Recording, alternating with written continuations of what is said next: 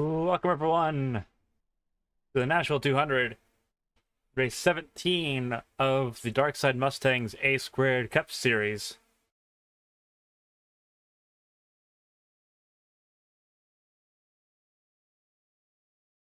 Qualifying set to be underway, so we'll see who can get it all started here. I'm Clayton Hardy, and you're spending your Sunday evening with us.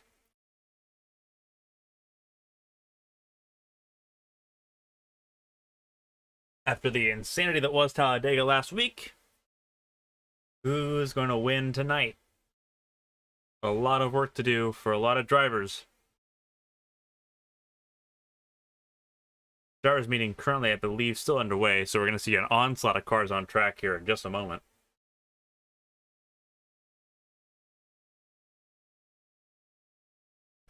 But for everyone jumping in, we have one car on track that is Brandon Fetterplace.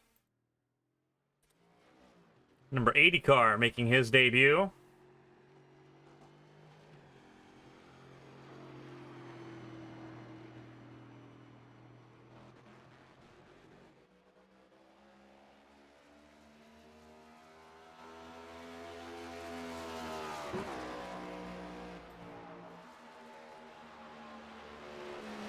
He is the first car on track. There's several cars about to get ready for a run.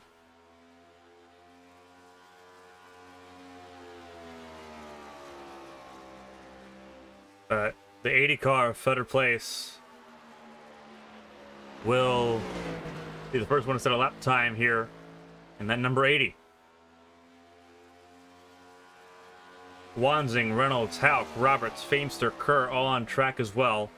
But none of them have started their first lap yet. See what his time looks like here out of turn 4. The 80 car, he'll beat provisional pole, but for how long? First lap in the books. Moving top of the board at 30.43.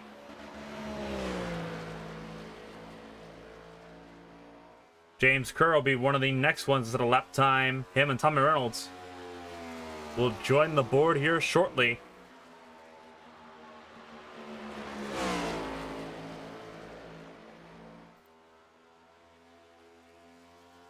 Better place out of 4. Second lap. Is it any better? Reynolds and Kerr were not faster. Better place did go faster. 30.40 is the lap. Tom Sears next on the board. He won at Talladega. Locked himself into the next gen playoffs. He begins his first lap now as Wansing takes pole position, tying the lap time of Fetterplace.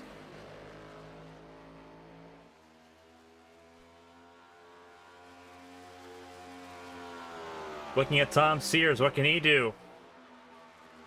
Wansing's going to finish his second lap here. See if Wansing improves from that 30.4. Was it better? It was 30.36. Famester goes third. Sears goes 7th.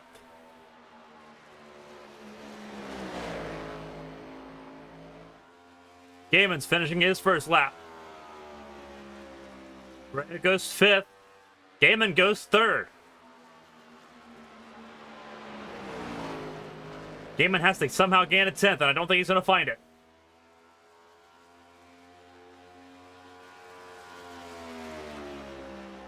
Patterson goes 13th. Sears jumps to 5th. Gaiman finishing his second lap. What's it going to put him? Flips the grass. It was not better.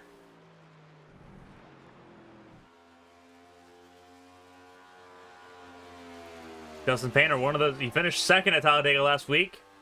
Can he do better today? First lap put him 7th.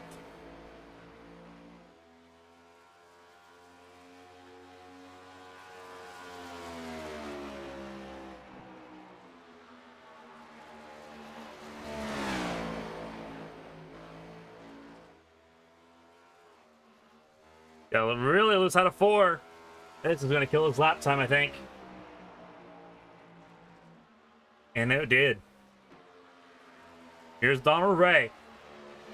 Two-time race winner this season. What's he got?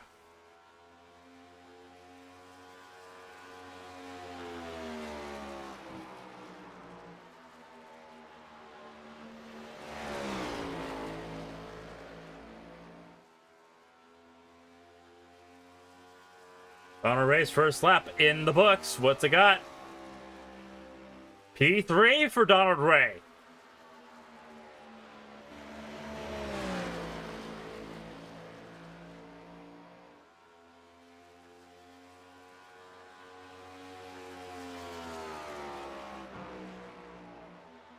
Right now in the stands, the front row are all drivers that have not yet won this season. Blankenship went fourth fastest.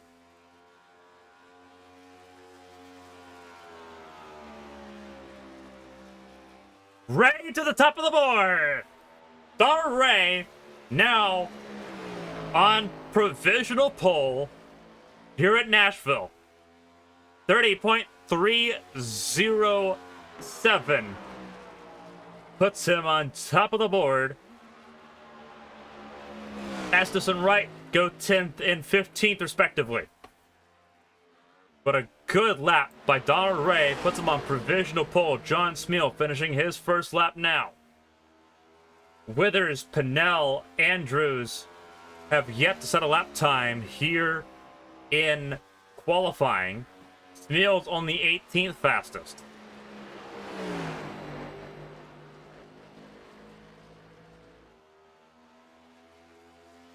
Second lap, we'll see if this gets any better.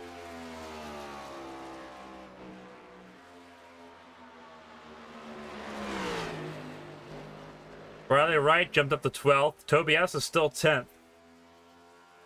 John Smeal, he sits 18th. Can he improve any? Where does it put him? Leaves him in 18th. He did improve by 2/10, but not enough to get above Alex Szymkowski. Tommy Withers in the 6th car, sitting on pit lane. Not sure if he's going to set a lap time or not.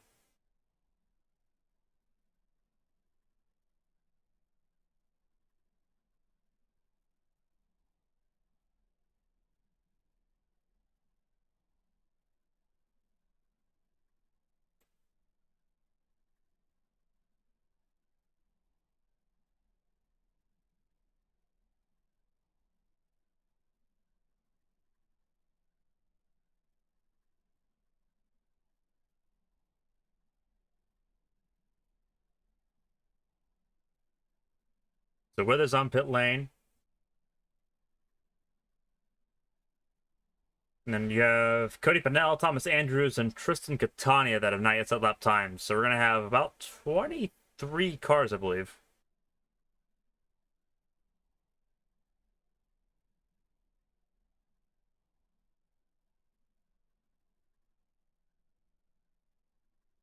Thomas Andrews will set a lap time, though.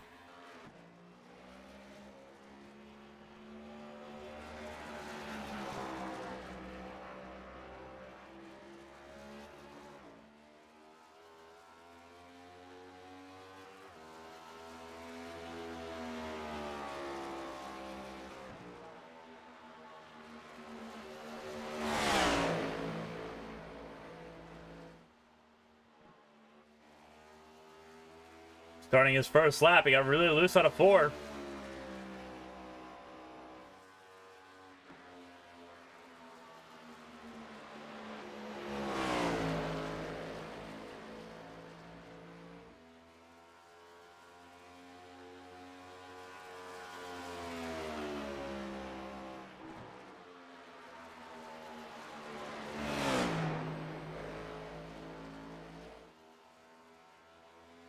First stop about to be in the books for Thomas Andrews. Where is it going to put him?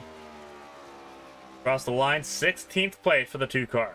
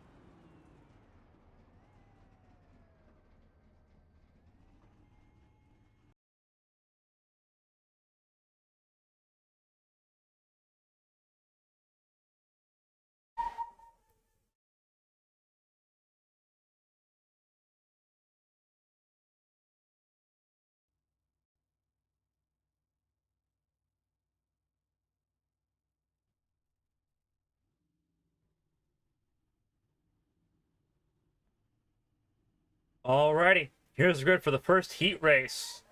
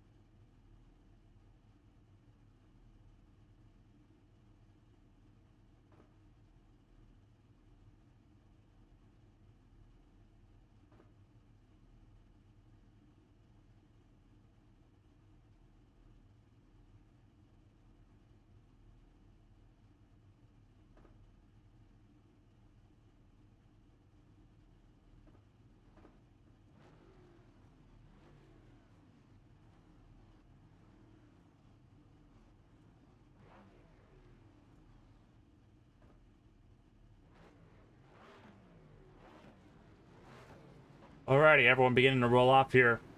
It's Brendan Fetterplace alongside Joshua Gaiman. The 80 car in his debut. Josh Gaiman already locked into the next gen playoffs, but would like another win for sure. Tom Sears, our Talladega race winner from last week, alongside his teammate Dustin Painter for Team Outlaw. Then you have Jeremy Breo and Bryn Roberts lined up alongside each other. Roberts from the Indy Arc Series that everyone can watch on ABN on Wednesday nights. Breo, the winningest driver so far this season, will line up row 3 here in heat number 1. Then it's going to be Jason Alexander and James Kerr in row 4. John Smeal and Cody Pennell, row 5. And Jonathan Hoenbrink will be last man running in heat race number 1 as we get ready to go here. The lights are on for heat race number 1. Pace car is off. And we are racing in Nashville. Heat race number 1 underway.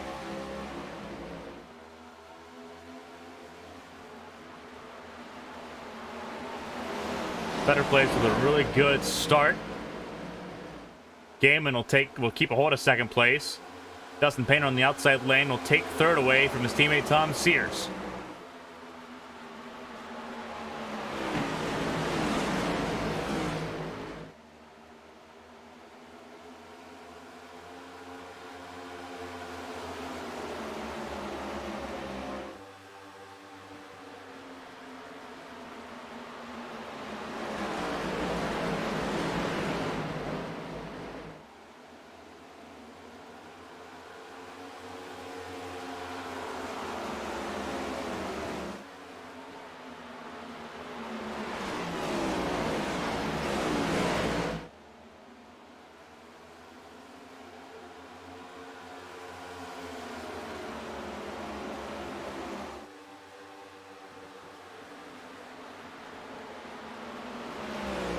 Fetterplace so far looking really good at the front here. Pennell did not take the start of this race. Top 6 advance. So 7th through 10th will have to take part in the last chance qualifier here. Fetterplace pulling away from Gaiman, Painter, then Breo, then Sears, and Jason Alexander in the 6th position, that cutoff position. Battling alongside James Kerr.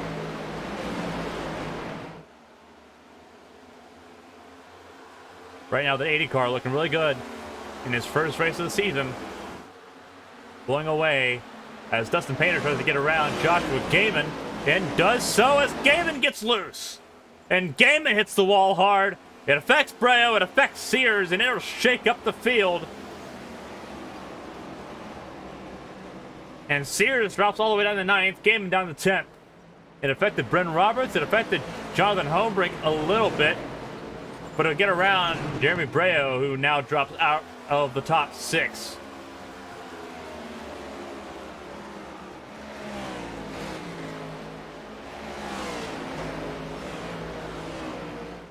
Alexander sitting 3rd, it's James Kerr in 4th. John Smeals up to 5th, and it's Hoenbrink in 6th. Breo's in pit lane. Robert's going to pit lane. Sears is coming to a stop.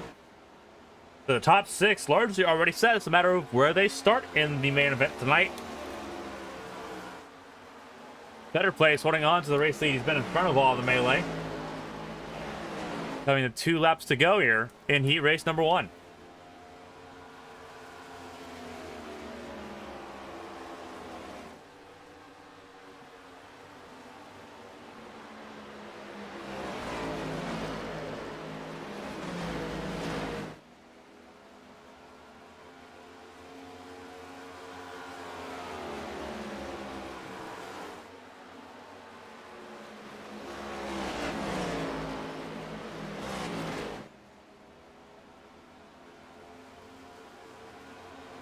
One lap to go here in heat race number 1.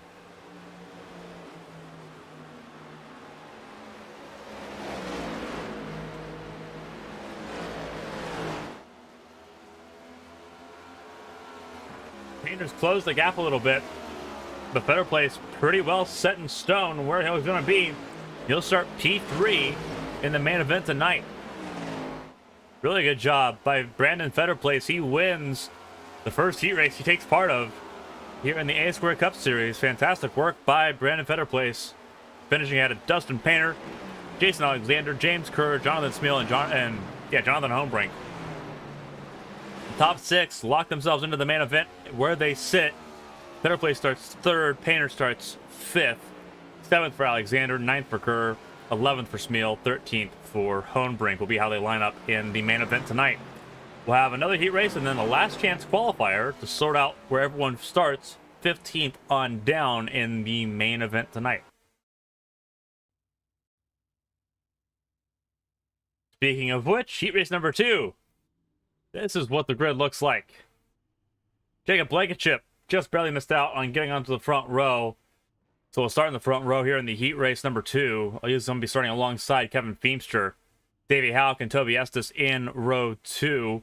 The Bluegrass Bandits, all 3 Bluegrass Bandit cars in the top 5 in heat race number 2. Bradley Wright in 5th. He'll be alongside Tommy Reynolds in row 3 here. Then it's Thomas Andrews, Alex Shimkowski in row 4. Row 5 is Tyler Patterson and Tommy Withers, with Tristan Catania sitting in 11th place for heat race number 2.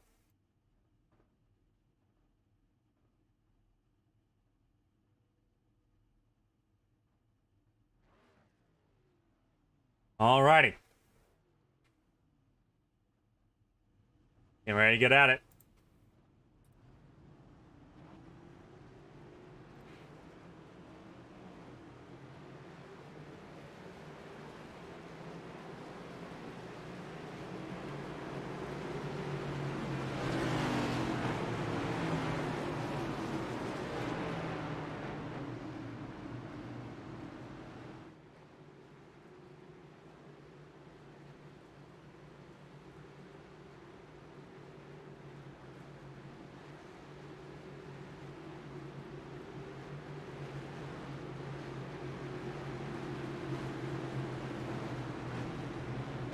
All 11 cars rolling here. Top 6 will make up the outside of rows 2 through 7 in the main event tonight at the start. Who's going to be that top 6? It's Blankenship and Feenstra on the front row. Blankenship won here last night in the Saturday Night Showdown race. Can he do it again tonight? Can he get that sweep? We're going to find out. Pace car pulls off. Blankenship, Feenstra, Houck and Estes lead us to green. Green flags in the air. We're racing here at Nashville.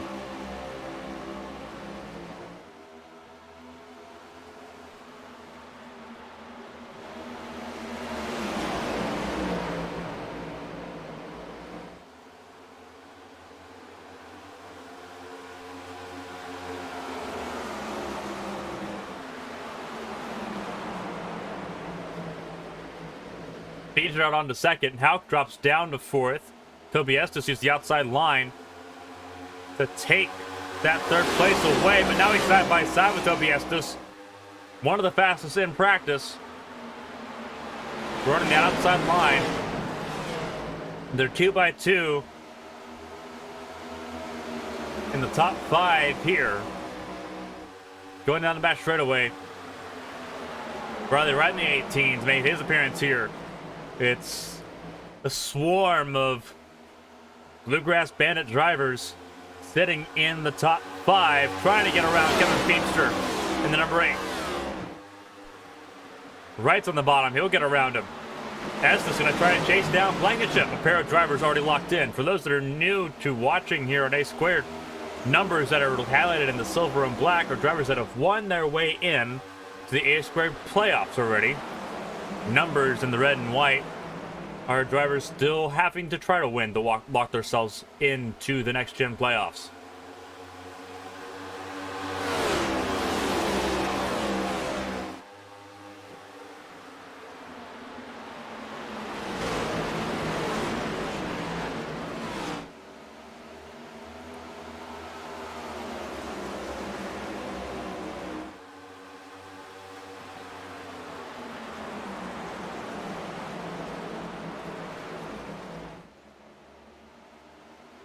See if Estes can chase him down. Been a really good race so far. Tommy Reynolds holding the last transfer spot into the main event. So a little bit further down. We're on the doorstep of Davey Houck. Trying to defend from Thomas Andrews and Alex Jimkowski. There's Jimkowski, one of the Mountain Dew machines. Then there's Catania in the 48. Withers in the 6, and then Tyler Patterson in the 24. 3 to go. It's still Blankenship and Estes at the front of the field. Estes will send it in on the bottom. Blankenship keeps it running in the middle, trying to get that run out of the corner. But now Estes is alongside of him.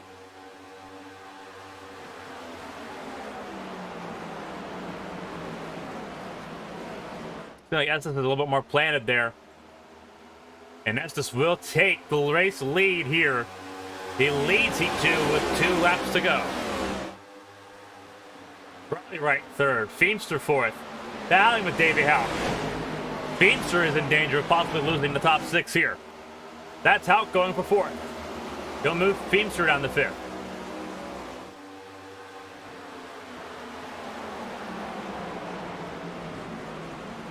Reynolds.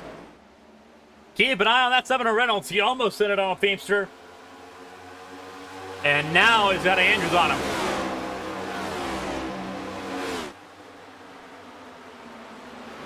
Reynolds now in danger of not making it into the top 6. White flagged. 1 lap to go. They're coming to the checkered flag now. And Reynolds loses that top 6 at the worst possible time. It's Toby Estes leading over Jacob Blankenship, but the question is, who's going to get that final transfer spot? Estes wins heat race number 2, but Reynolds misses out to Tommy Andrews for 6th place in the last transfer spot.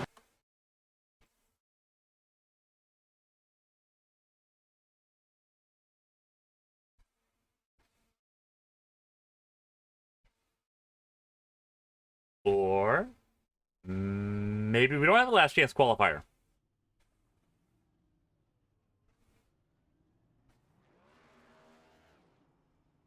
We're in warm-up now, so.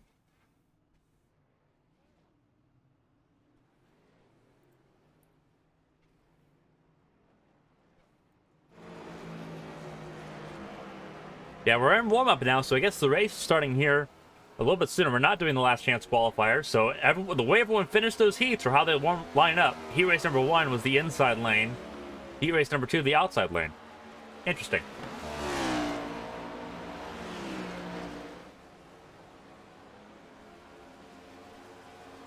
There'll be 24 drivers taking part.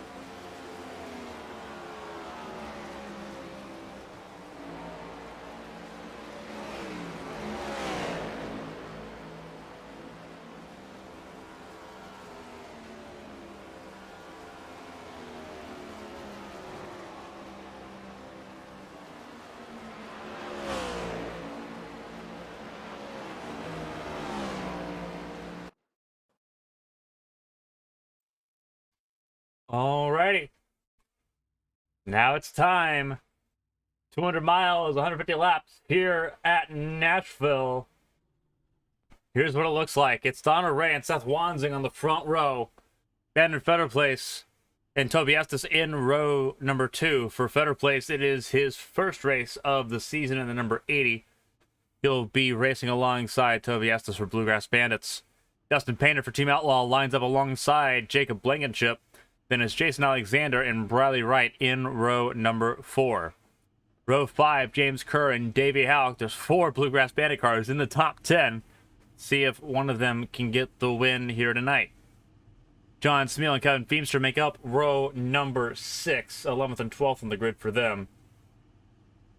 You look at Jonathan Hoenbrink and Thomas Andrews will be in row number 7.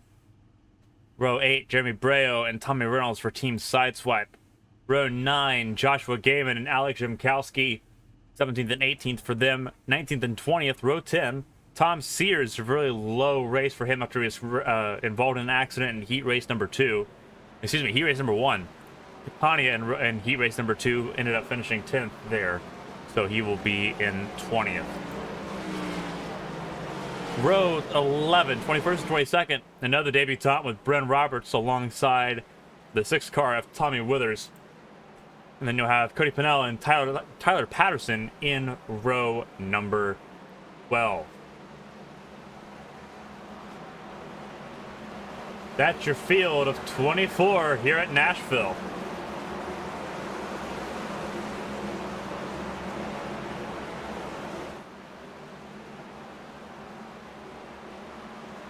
Pretty good sized grid as we get ready to run.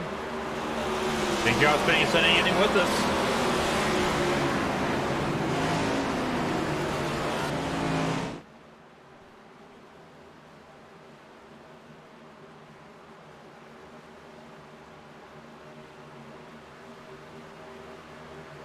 Green flag in the air. We're racing at Nashville.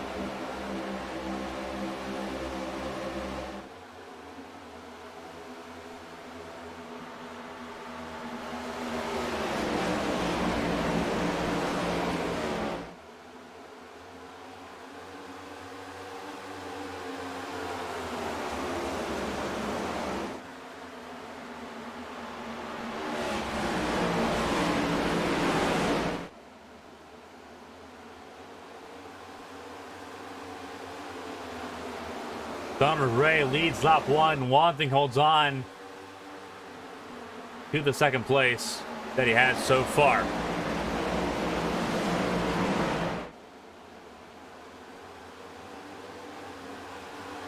Caution's out.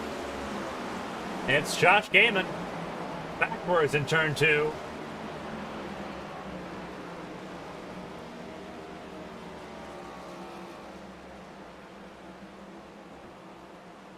We'll take a look at it here in just a second, but Gaiman spins out facing backwards, so he will draw the first caution of the night.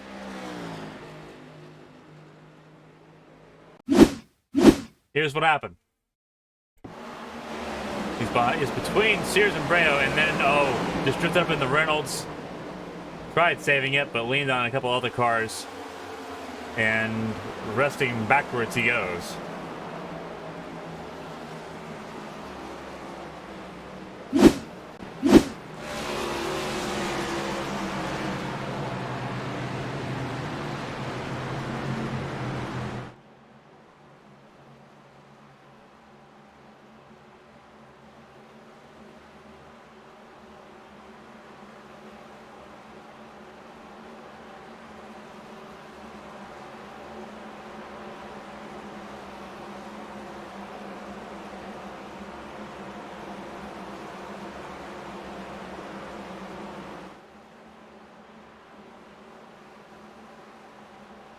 Several cars came down pit lane. Withers, Mkowski, Sears, Catania, and Roberts all came down pit lane.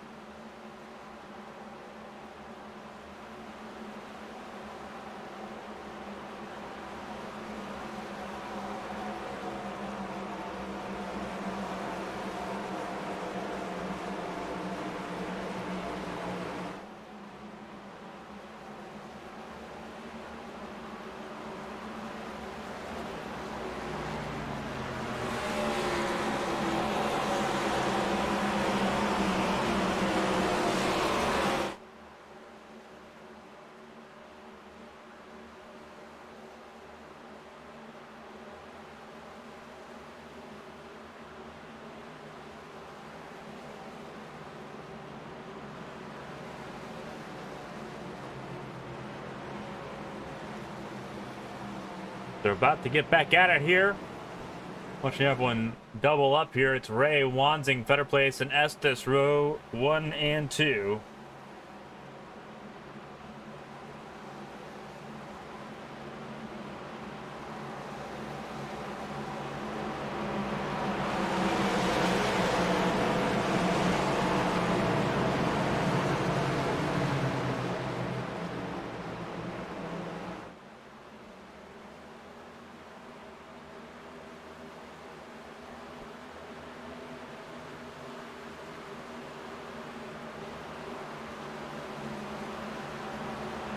Alrighty, so first caution out of the way after an incident involving largely just Joshua Gaiman, but also Tommy Reynolds with an assist.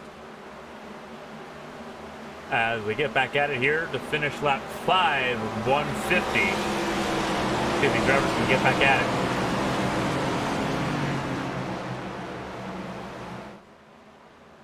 Pace car pulls off, approaching the Geico restart zone.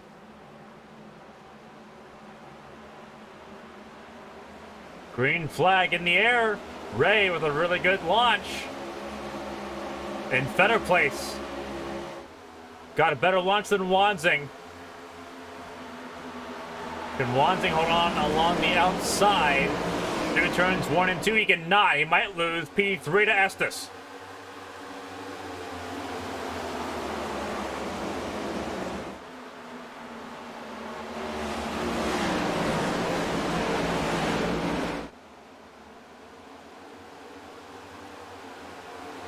Blankenship losing a lot of spots. Reynolds to the bottom. And number 7 machine, it's 3 wide because there's Gaiman trying to get around Blankenship and Patterson.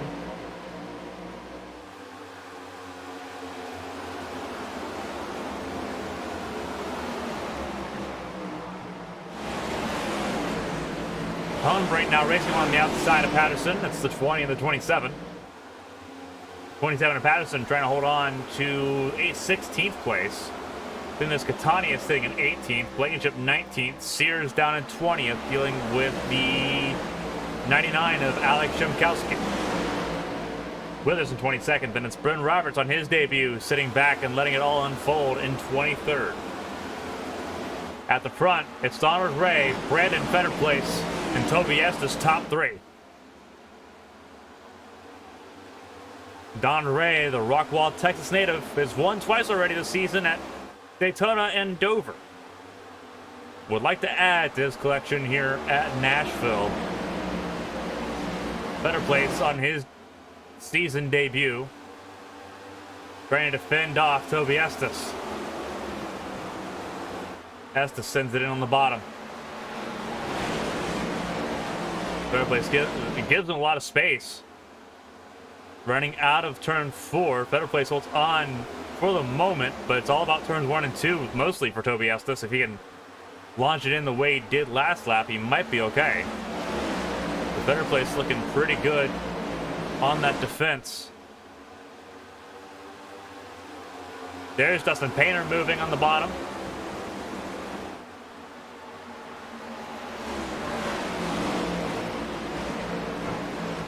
As we complete lap 10.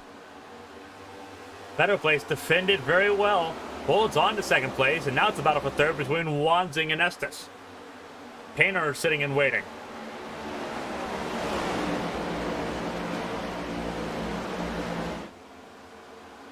Yeah, Bluegrass Bandits. You got Team Sideswipe, you got Team Outlaw. Off Ray battling here in the top 5. Painter sends it on the bottom. Couldn't make it stick. But Wanzing gave him space anyway, trying to get that run out of turn 4 to keep him clear. Painter did a really good job holding on to Wanzing. A little bit further back here. And Painter's actually going to send it in a little bit deeper and will take 4th place from Wanzing. Our second place starter down to 5th. And now he's dealing with Jason Alexander, that Coors Light machine. He gets loose. Bradley Wright's in it indeed. Then you have Davey Alk in 8th, James Kerr in 9th. Kevin Feemster rounds out the top 10 so far in the early running in that number 8 machine. Ravens up to 11. Then it's Andrews. Gavin's back up to 13. A little bit of contact between Gavin and Andrews, but so far so good. Neither of them had any incident there. We keep going. John Smeal in 14. Tyler Patterson's up 9 spots here in 15. Dealing with Tommy Reynolds, who is now in trouble in hemorrhaging positions. Losing out to Blankenship, Shimkowski, Catania, Reynolds, Hoenbrink. Reynolds drops out of 20th, trying to make up some ground here. He's on the outside of Hoenbrink. Tom Sears on that bottom as well, in that yellow and black number 14. Roberts has gotten ahead of Withers for 22nd.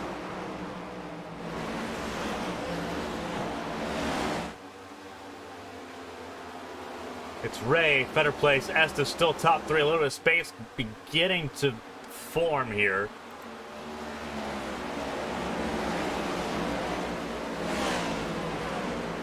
We got all this battling going on here. Sears up to 19th position. That's where he started. So he's net zero right now with where he's at on track, trying to chase down the 7 of Tommy Reynolds.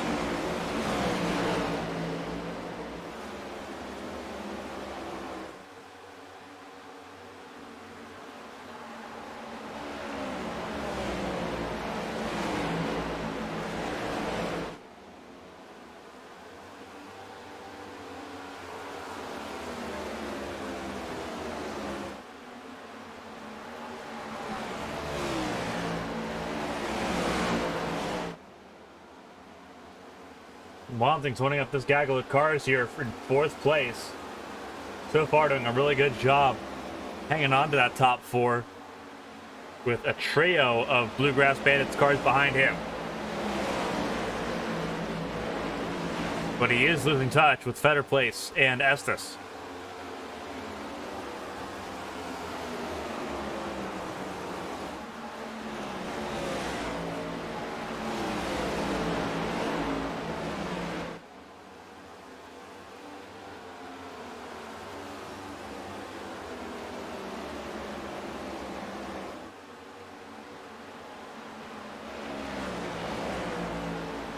So Wansing holding on to the 4th place. Teammates battling it out for the top 5. It's Wright, Alexander, and Houck.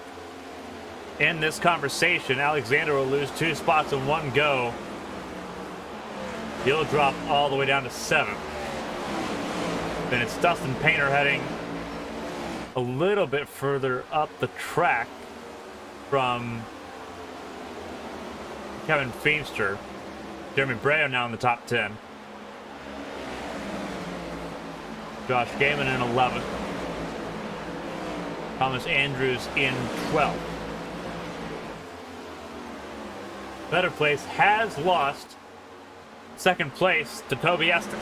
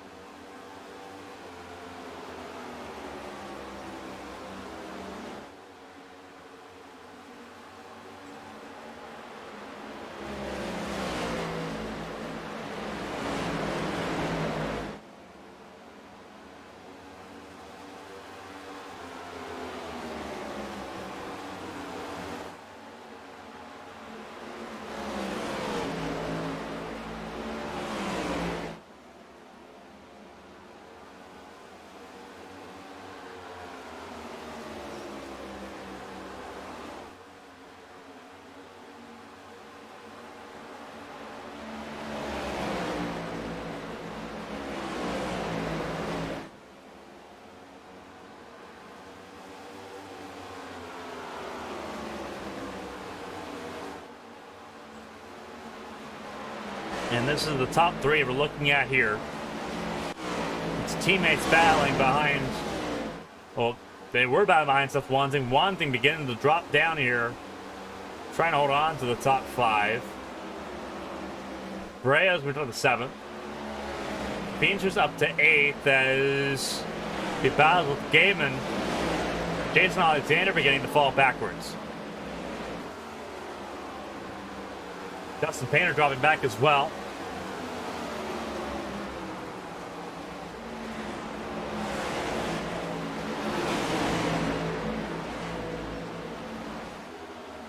Just a little gaggle of cars here battling for the top 10.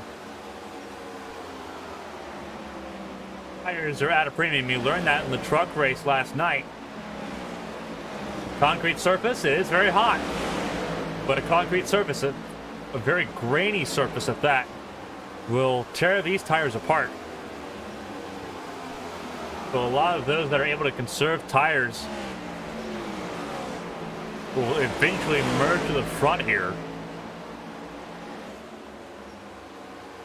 as the race progresses. Painter gets around Jason Alexander, I believe, either tapped the wall or got really close to it. And then Jimkowski will also get around, and that'll put Jimkowski up to 13th spot. Alexander down 7 spots from where he started. Painter down 8. Jimkowski's on the move here in the early going.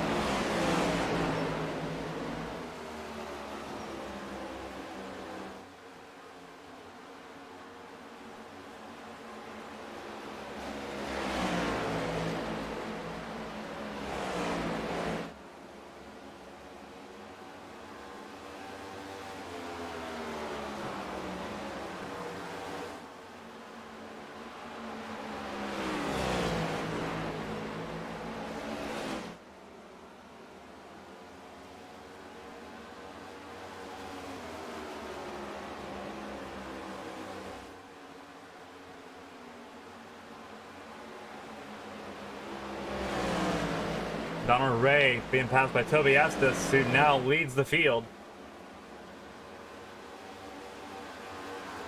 Estes saved the most tires. Better Play still sitting in 3rd, not doing too awful bad here, hitting his marks in that number 80. All 3 of them still remain safely ahead of Bradley Wright here in 4th place. But Jeremy Breo on the charge. And then number 74, Taco Bell Machine for Team Sideswipe. So far, so good. We've had 1 yellow for an incident involving Tommy Reynolds and Joshua Gaiman. It's been green flagged since then.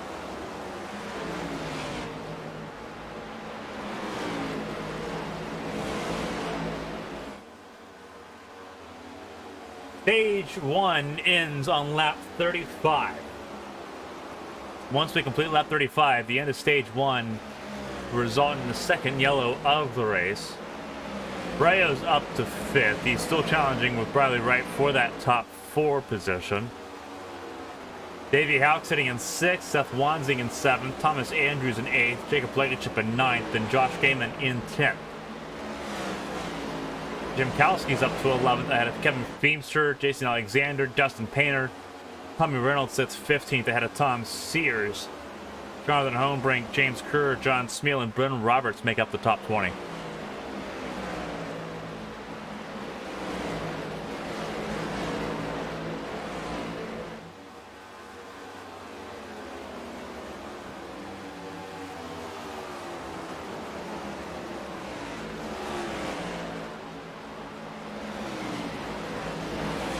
We saw Breo get around Bradley right there, right in time.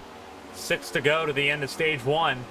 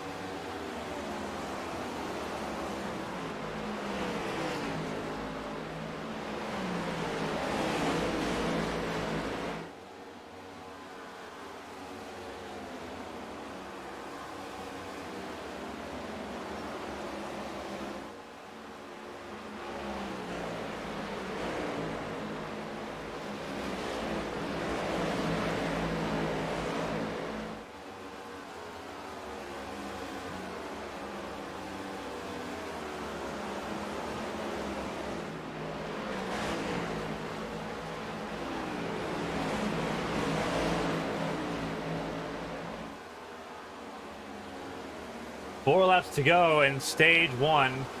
We're looking at this battle between Wanzing and Blankenship for 7th place. And it's Wanzing that'll drop another spot. He'll drop down to 8th. Blankenship will jump back up into 7th place. He started in 6th.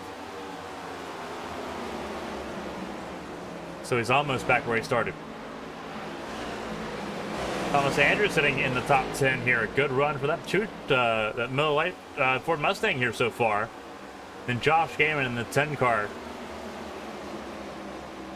Well, he's in 10th place in the 61 car. My apologies. But he is rounding out the top 10. The last stage point on offer is in 10th place. As long as he can stay there ahead of Alex Jimkowski, who is lurking a little bit there. And number 99, he should be all right. Toby Estes is checked out from Donald Ray and Brandon Fetterplace. Estes is 1.7 clear. 2 laps to go in stage 1. Getting his marks here.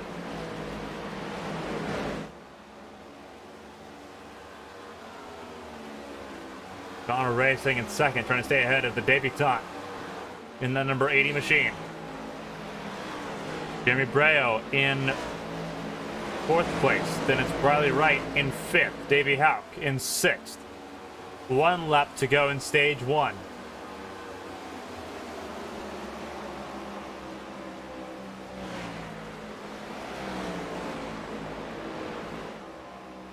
Toby Estes out of turn 2 already.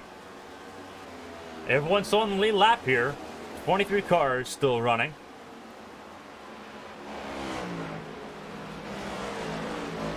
Out of turn 4.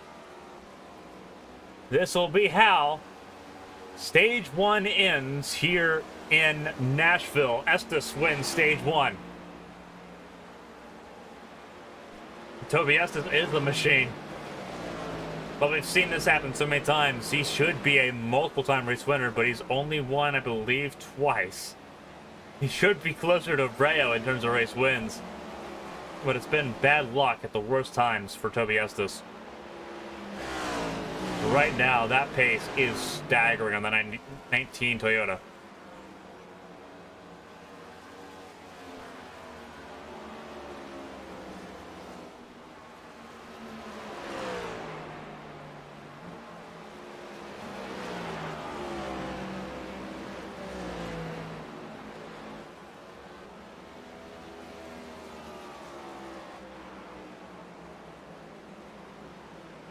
So stage 1 ends, and I'm assuming everyone will dive in here for a fresh set of Goodyear tires.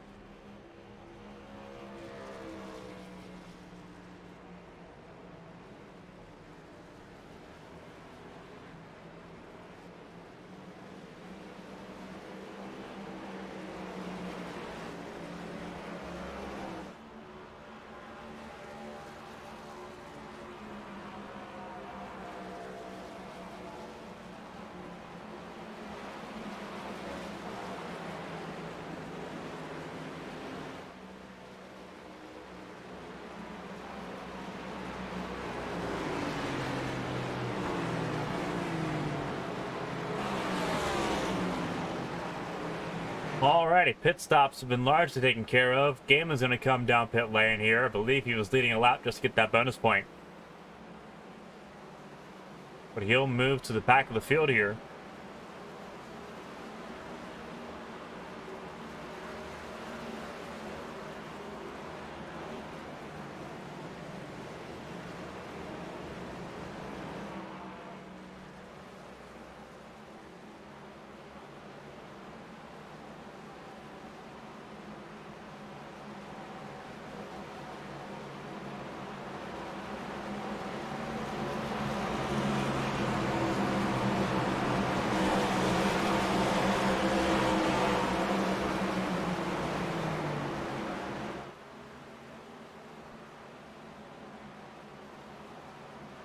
Alrighty.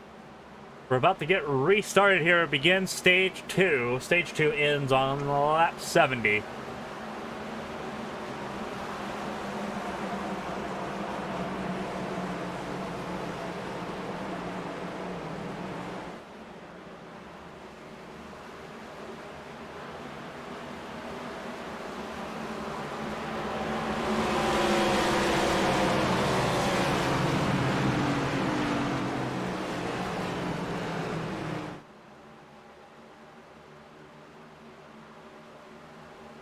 Alrighty, here we go. It's Estes and Blankenship on the front row. Then it's Ray and Hauk in row number 2. Green flags back in the air, racing once again here at Nashville.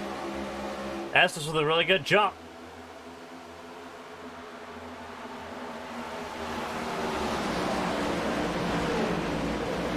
That's a loose car. Bradley Wright will take out a cone for his troubles.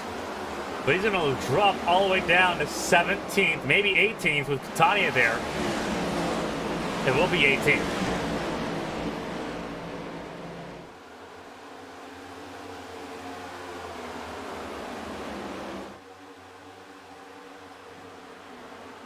Still a frantic battle in the top 5. Ray, Blankenship, Hauk, and Wanzing on the top 5. Ray takes second place.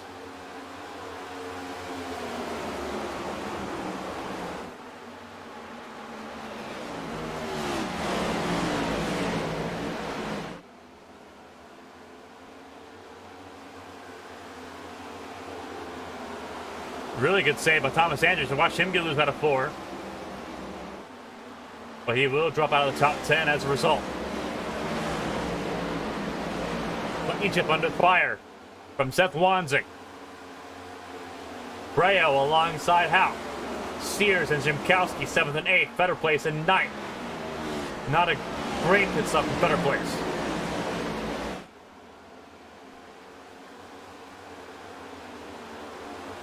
Blankenship holds on to the top 3 at the moment. Ray just set the fastest lap of the race at 30.1.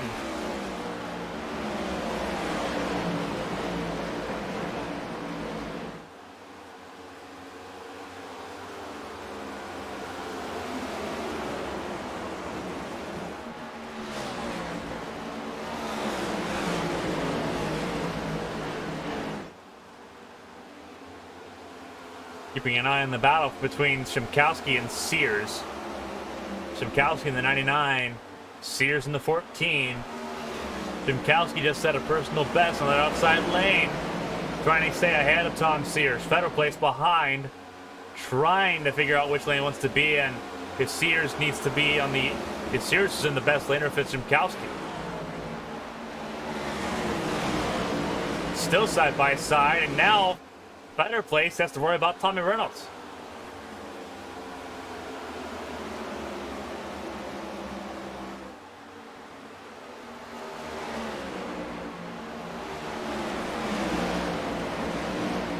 The Brandon Federer place here, sitting in the top 10. Now he's got to deal with Reynolds full time. Can't worry, really focus on whether or not he wants to follow Jimkowski or Sears. Really good note made by Cody Pennell here. The track is cooling off. Lap times are going to keep dropping. Yeah, they will. Track time in practice was 123 degrees. It's now only 94 degrees. As the yellow comes out, we're not sure why.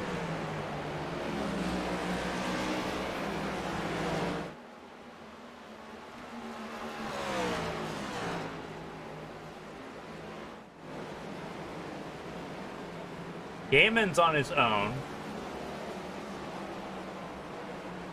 I don't see damage on Gaiman's car. But he is sitting down in the 21st position. Tanner's in 22nd.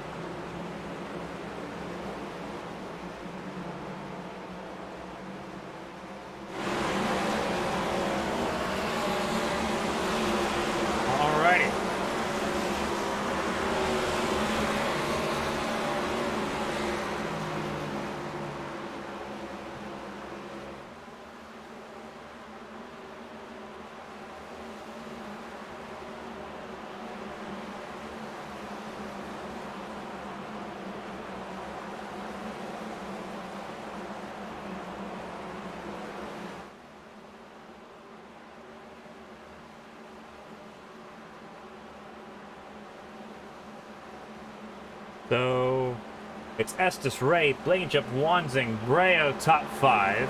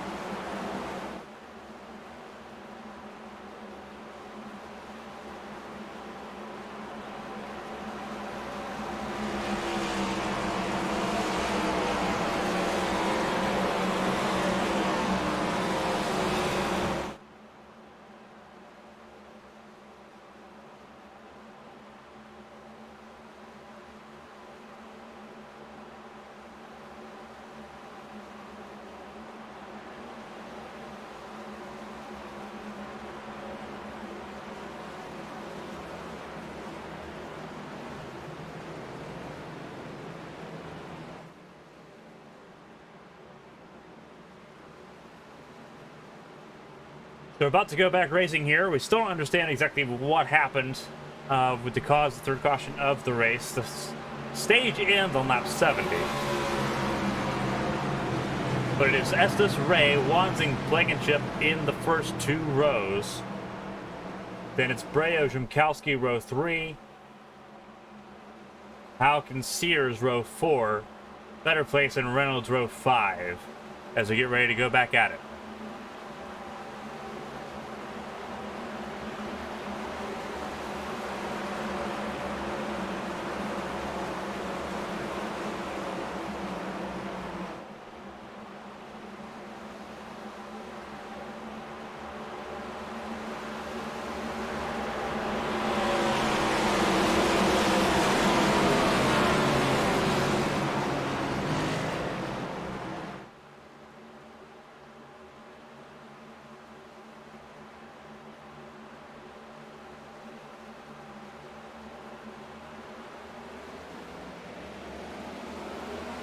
Green flag back in the air, racing once again. Lap 51 of 150, a third of the way through this race at Nashville.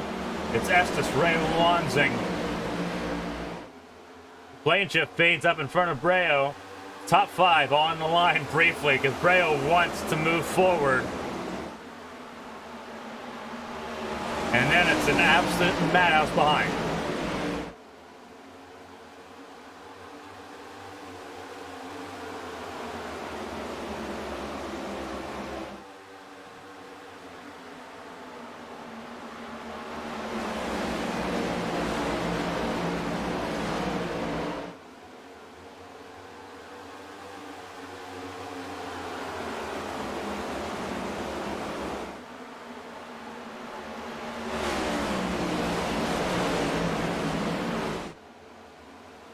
Side by side, Ray wants the race lead back. And the yellow is out. A lot of cars involved. Houck's in it. Better Place is in it. Reynolds is in it.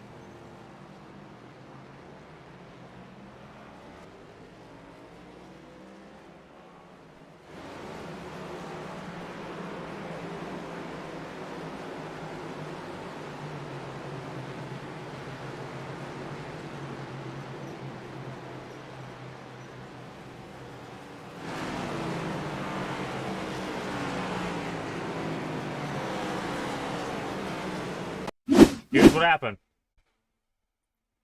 Oh, and it's 3 wide. We saw this last night in the truck race. 3 wide out of 4 does not work. It just doesn't. And Reynolds just drifted up.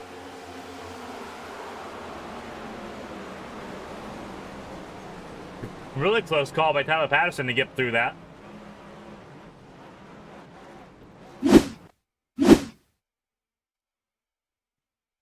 We'll take a look at that in slow motion here. Because that is brutal. Reynolds drifts up, Federal Place is holding his line. How's holding his line? It's just Reynolds keeps going up, up, up, up, up, and he's not clear. And not a whole lot he can do about that. Evelyn kind of goes low. Katani hits the grass. Reynolds goes low. Smeal avoids him. Tyler passed, and that is as close as you can get it.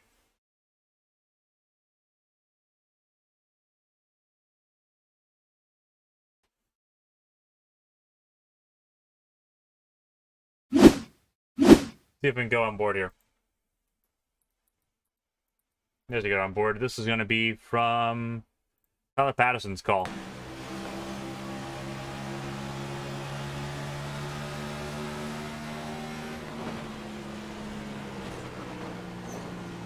That is as close as it can get. We're going to see from Federal Place's perspective here.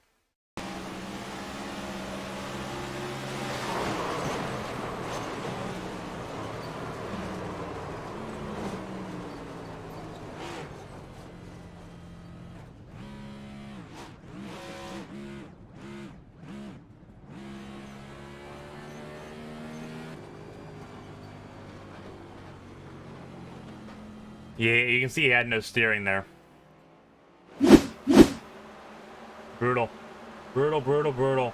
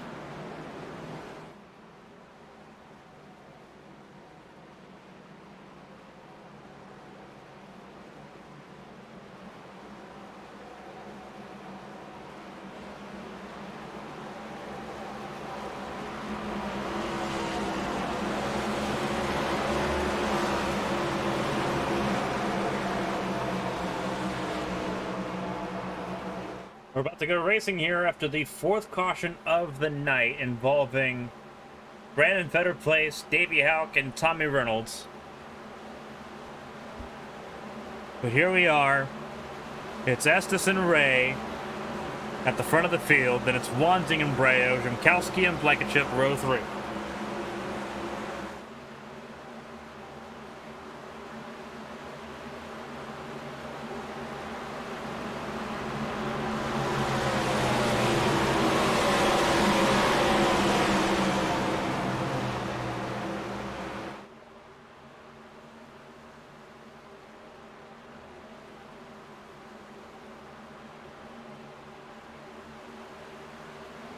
Green flag back in the air. It was a really interesting start by Estes there, but effective nonetheless. We're back at it. Estes already launching off with the race lead.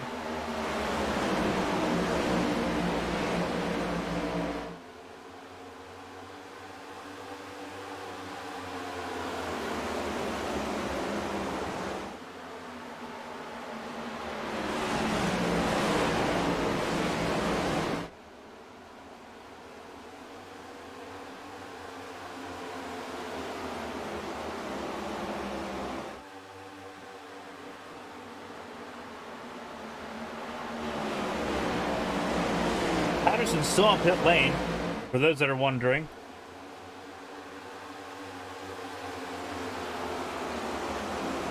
Jason Alexander out of this race. Better place 2 laps down. But is the only car not on the lead lap. Wanzing's up to second, trying to chase down Toby Estes.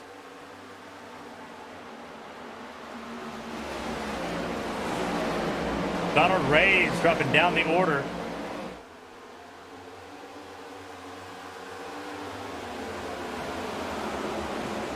He's been passed by Jimkowski for 5th.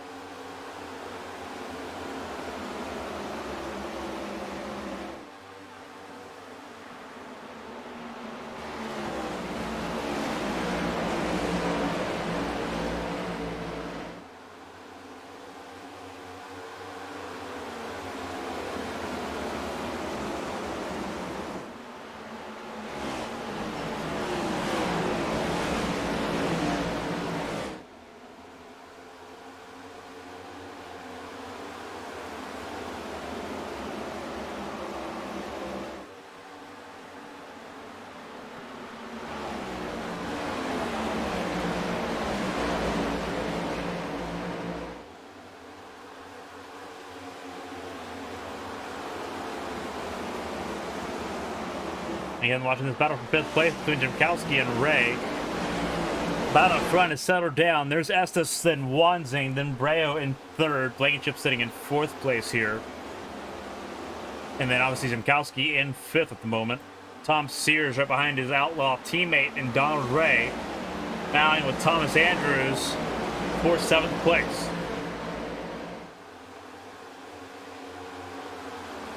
Catania up to 9th. Riley Wright sitting in 10th.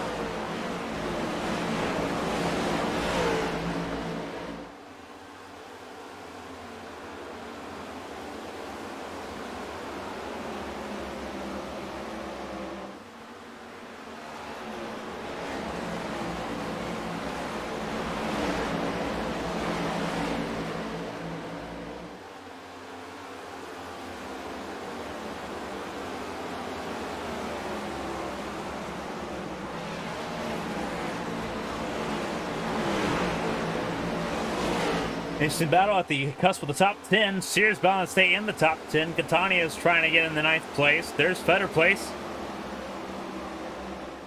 No, that's Painter.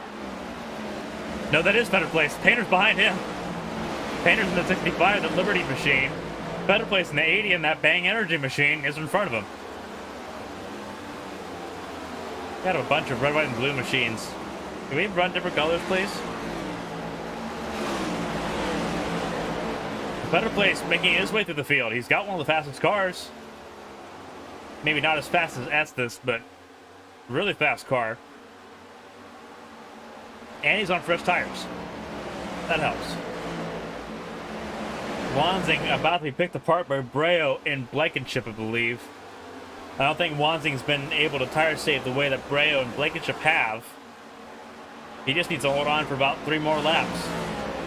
Stage 2 ends in 3 laps. It ends at lap 70.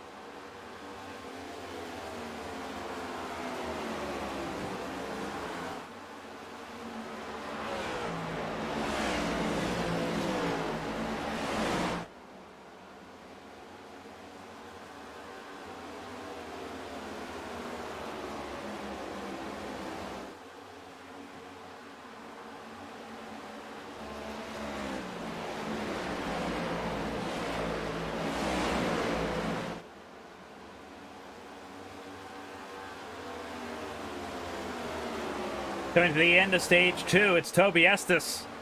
He won stage 1. Trying to go for the stage sweep. He'll win stage 2 here ahead of Seth Wansing, Jacob Blankenship, and Jeremy Breo. Alex Jimkowski will finish 5th ahead of Thomas Andrews, Josh Gaiman, Dustin Painter, Donald Ray, and Tom Sears. The last point scorer for stage 2.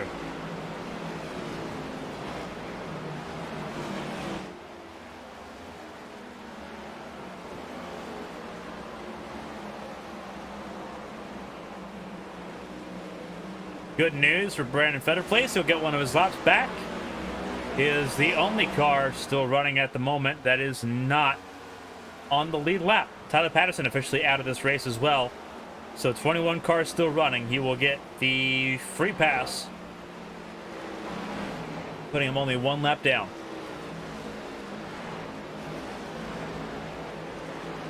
Yeah, there was a little bit of contact between Blankenship and Breo. Blankenship moved him out of the way for 3rd place. See if we can actually go back and look at that. It was definitely interesting.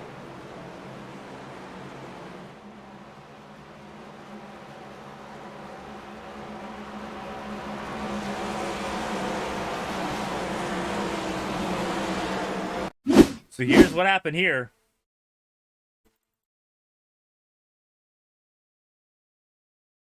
This is going to be an interesting one.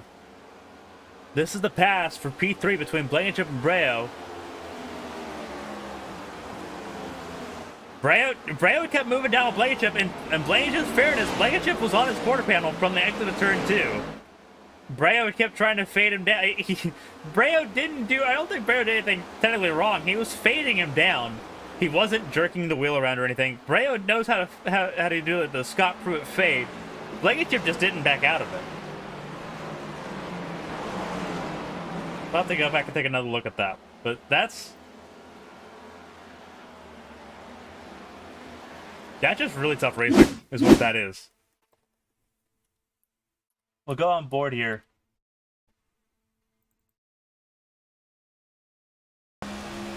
This is out of 2.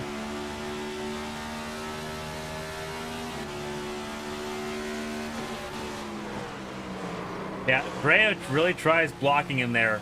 And it's just really difficult because Blankenship's there. He gets the run and he's there. Breo just keeps fading, trying to box him out. And Blankenship just doesn't lift. It's a really bold move doing that in stage 2. Because that gives Breo a chance to kind of return the favor here in stage 3. Obviously, neither of them wrecked. Both of them finished 3rd and 4th. They just Blankenship took 3rd away. So it'd be really funny if that's how the that battle between them finishes of the race, with Breo returning the favor there.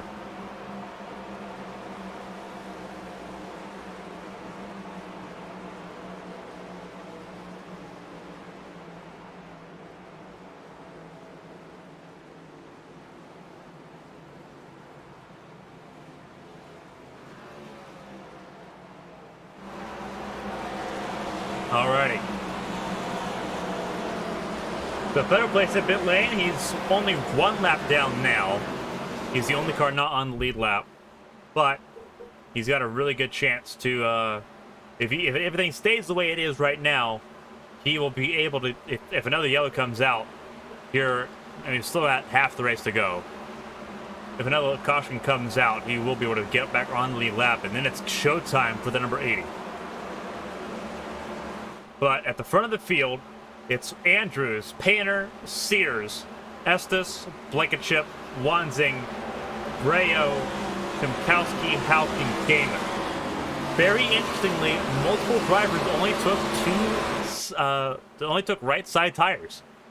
Andrews took right sides only. Painter took right sides only. Sears took right sides only. It worked very well last night in the truck race. But will it work here tonight in the Cup Series? It's going to be a really interesting conversation. Really interesting to figure out if this is going to be how it works.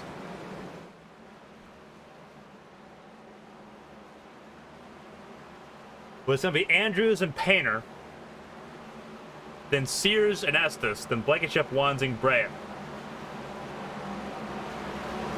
Gonna be an interesting one.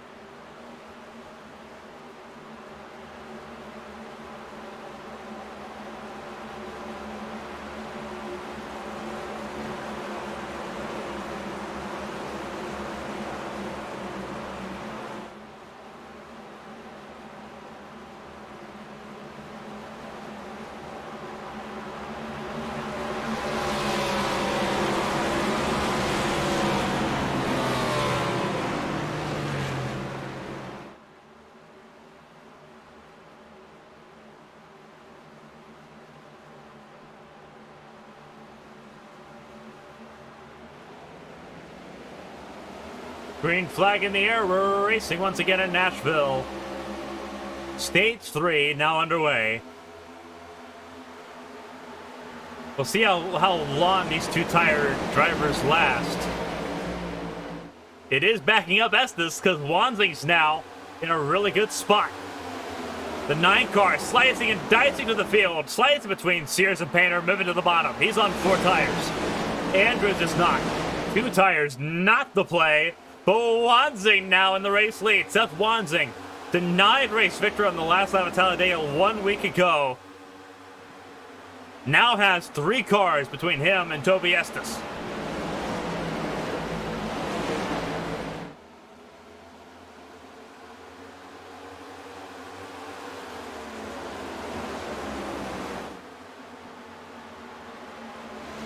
Wanzing doing a phenomenal job. Estes has gotten clear of all those two-tire drivers.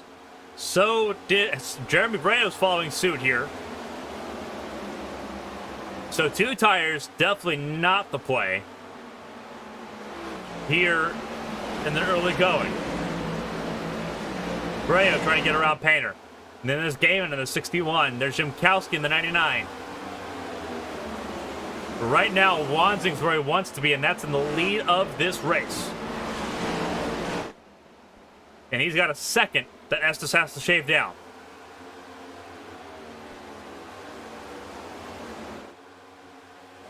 Gaiman's getting around Painter here for P4. Jimkowski looking to get 5th away from him. Then you have Blankenship, then Bren Roberts. And that number 58 machine moving up through the field. Doing a really good job on his series debut, the Indy Arts regular. Trading in the number 84 Vodafone car for the number 58 Ford here tonight. Fantastic to see him going at it. A couple of Indy Arts mainstays doing really good so far. Roberts, Blankenship in 9th.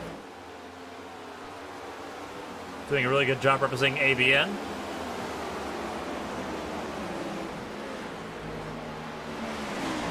John Smeal sitting in the 10th spot as we watch Roberts get clear of Donald Ray and Dustin Painter. Donald Ray up to 7th. He's on 4 tires. Painter is the furthest one in the field as far as up the order, on 2 tires at the moment. Andrews has dropped down to 12th. Davey Houck is in 15th.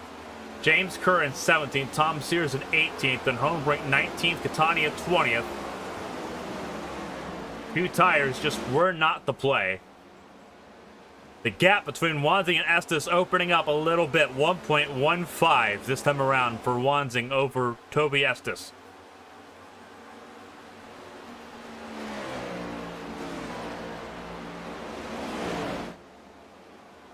Two-time defending A-Squared Series champion. Frustrated by his lack of wins in this series so far. We're 17 races in. Breo's got 5. Gaiman's got a race win. Ray's got 2. Blankenship's got a couple. You got Kerr, you have Sears, you have Reynolds, you have Estes. All with race wins. You have Cody Pannell with a race win. He's watching all these drivers get race wins, and he's been so close so many times. But it's been frustratingly out of reach. Estes is going to begin shaving time off here. I think Estes just has that better long-run pace. But I think Wansing, inversely, Wansing has a phenomenal short-run car. So as long as he can keep himself top 2, top 3 here, if the late yellow comes out, he's probably a favorite. He's also had really good, he's also had really good pit stops over Estes. That's been a pretty consistent one, too.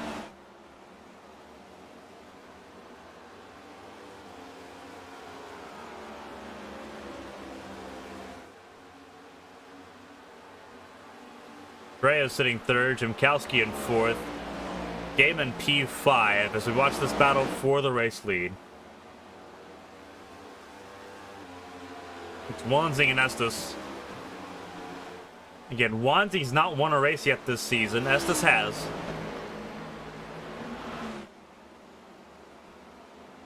A-squared playoffs that begin in late August. A win and you're in. So winning a race, at least one, is really, really important to solidifying your claim in the A-squared Cup playoffs later this year. And drivers are running out of time to make that happen.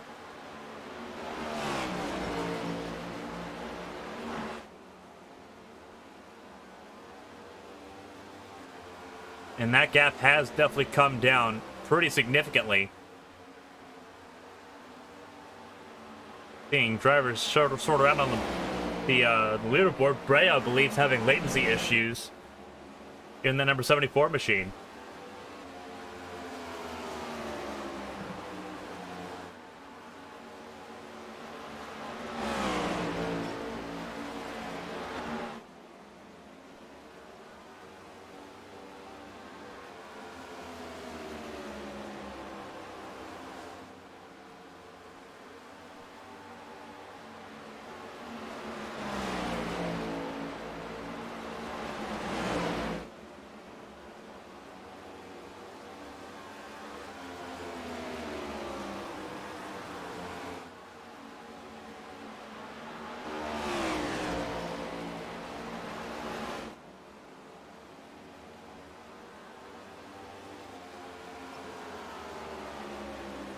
You see Wansing here still holding on to the race lead, but Estes is closing in rapidly. This is where tire wear begins to sort of take a hold. You either have it or you don't. Right now, Estes definitely has more life in those tires. And that's why I kind of understand why everyone took a gamble on 2 tires. Because either you figure out either you figure out that the right sides are that important, or you kind of realize that you need 4 to really make anything happen. And I think everyone kind of realized you need all 4 tires on a really good run to really make things work.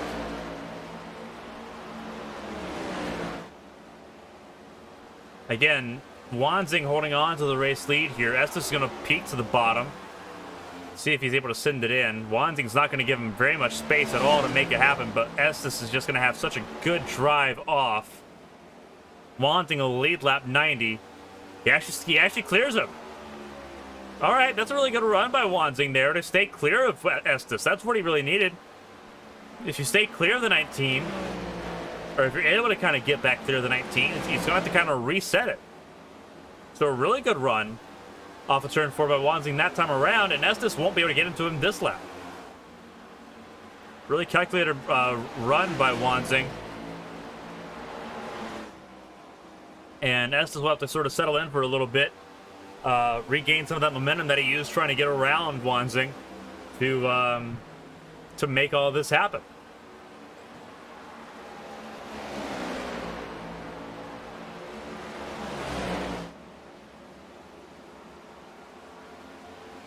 We don't want to stay away from this battle too awful long because Estes will make another attempt again. But here is what's going on here. 3rd, 4th, and 5th, and 6th, because Donald Ray's in this mix as well. Jimkowski's been passed by Gaiman. And Ray's going to try to follow suit.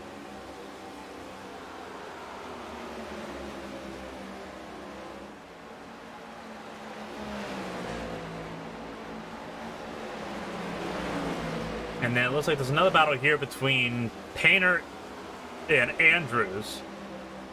And they're behind Brandon Fetterplace, who is a lap down still, but ahead of these cars here in 15th and 16th.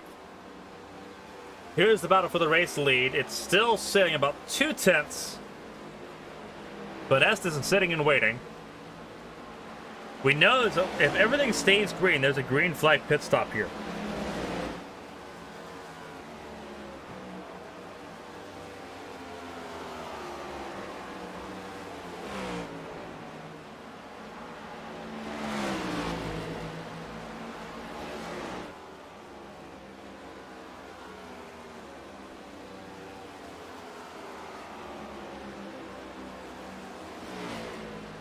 And now the gas is beginning to open up a little bit.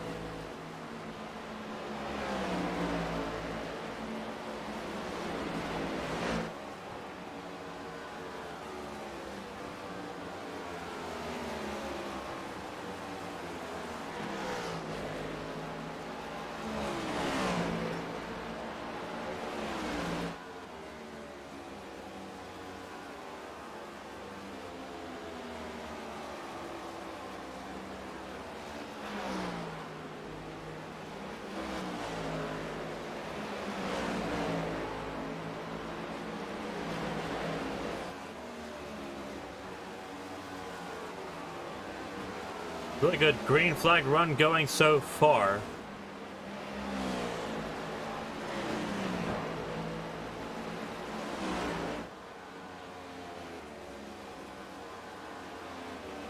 Wanzing's been very good on the defense here. Estes is just kind of sitting 3/10 thereabouts. Been really good racing by Wanzing so far as they begin to approach lap traffic. I believe that's Catania. Up next on the list to go a lap down. Davey Houck is in pit lane. And that is a scheduled stop for Davey Houck.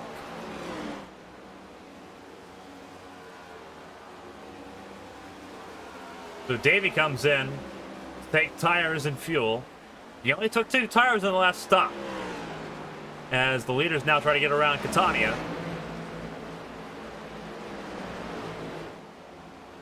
This will be a really good opportunity. Catania blocked Estes in. Estes couldn't get where he wanted.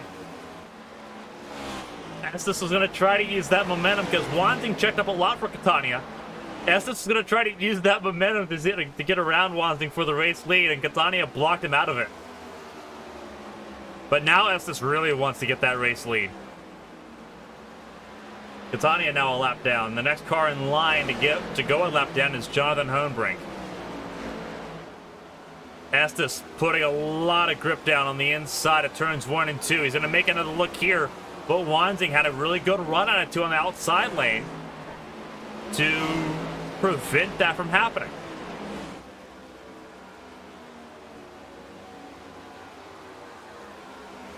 Really good run as we begin lap 100. 51 laps to go.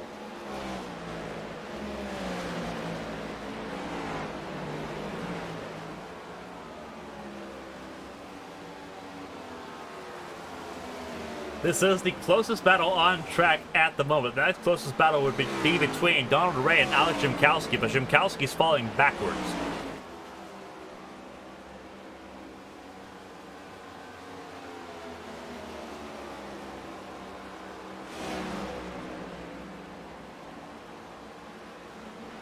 Hoenbrink running up high.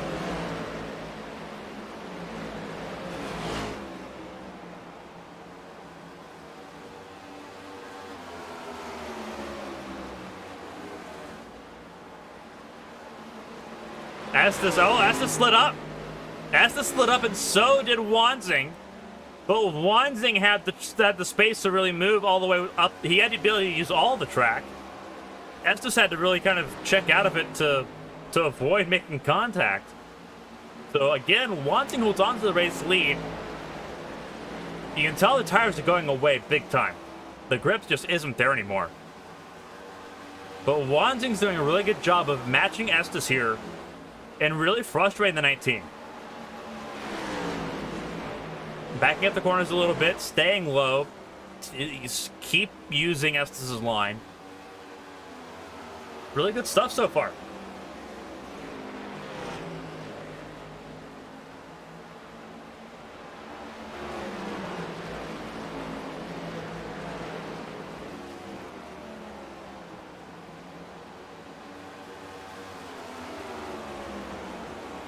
Again, this is the battle for the race lead between Wanzing and Estes. Estes decided to go up high. Does that work? It does not. But Estes had to try it, and it almost put him in the wall. And these two battling are pulling Breo closer. Breo's only 1.6 behind Estes at the moment, so it's a really dangerous game to play the longer we get into this. Again, Wanzing and Breo are Team Sideswipe teammates. But Wanzing doesn't want Breo to be in this battle because Breo's won 5 races already this season, and Breo's a really good driver here. And he's been able to tire safe a little bit. He's been sitting back a little bit.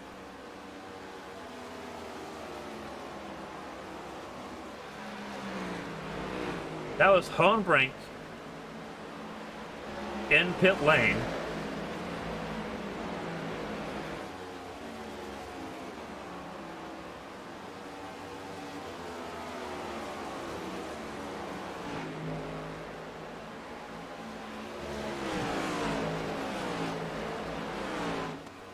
Really good long run so far in stage 3.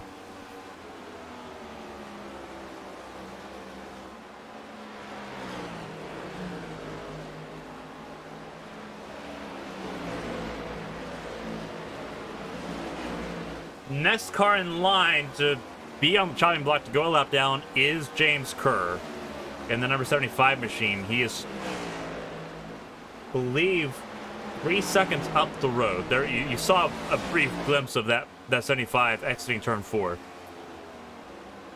But Wanzing doing a really good job.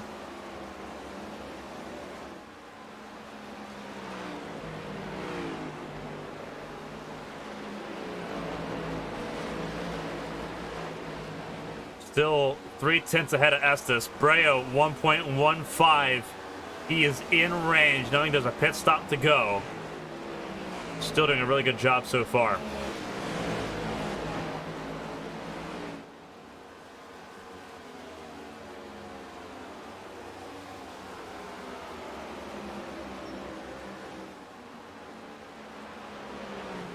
There is, I believe that's Dustin Painter.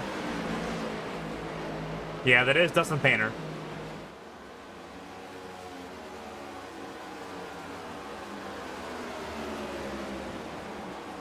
He's already pit, so he's on fresh tires.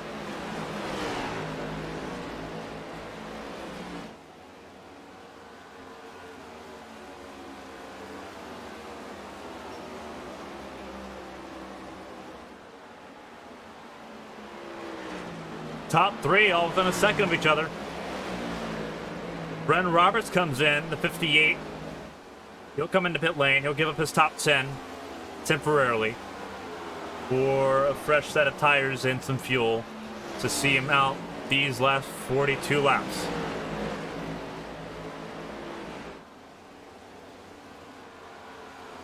So he'll go a lap down here as they approach 75 of James Kerr.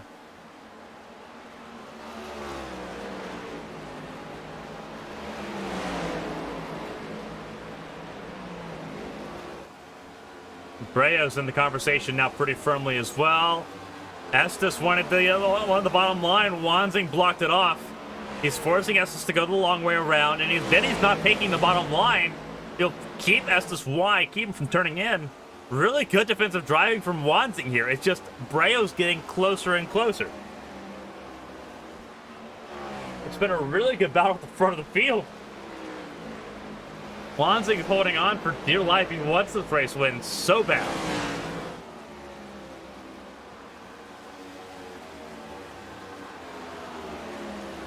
Estes was looking. He actually looked twice to see if he could send it in, but he can't.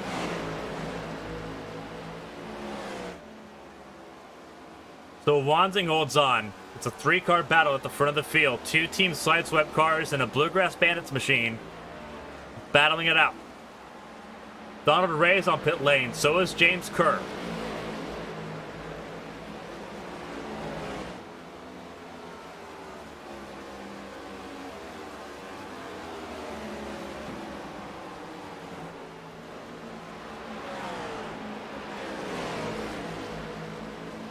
Seven-tenths separates first and third.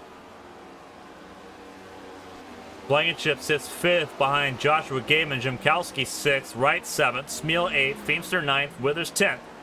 Though we are mid-pit stop cycle. Tom Sears about to go a lap down here. The number 14, our Talladega race winner. Thankful that he got his race win at Talladega last week, because this has just not been his race tonight. Withers in pit lane. And so will come Toby Estes. They overshot. They overshot. Oh no, they overshot pit lane. Sears and Estes in particular. That is devastating to Estes' chance unless Wanzing and Breo equally mess up pit entry. Overcooked it.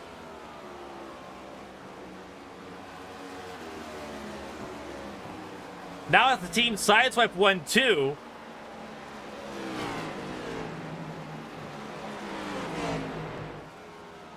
And they do a way better job. They do a way better job. Really good job by Wanzing and Breo. Gaiman leads a lap here as he's staying out, but his pit stop's coming here shortly. But that could be what cost Toby Estes a shot at this race. Devastating. Absolutely devastating. It's thrown him far enough behind where he is now behind Bryn Roberts, Davey Houck, and Donald Ray. Gaiman comes in this time.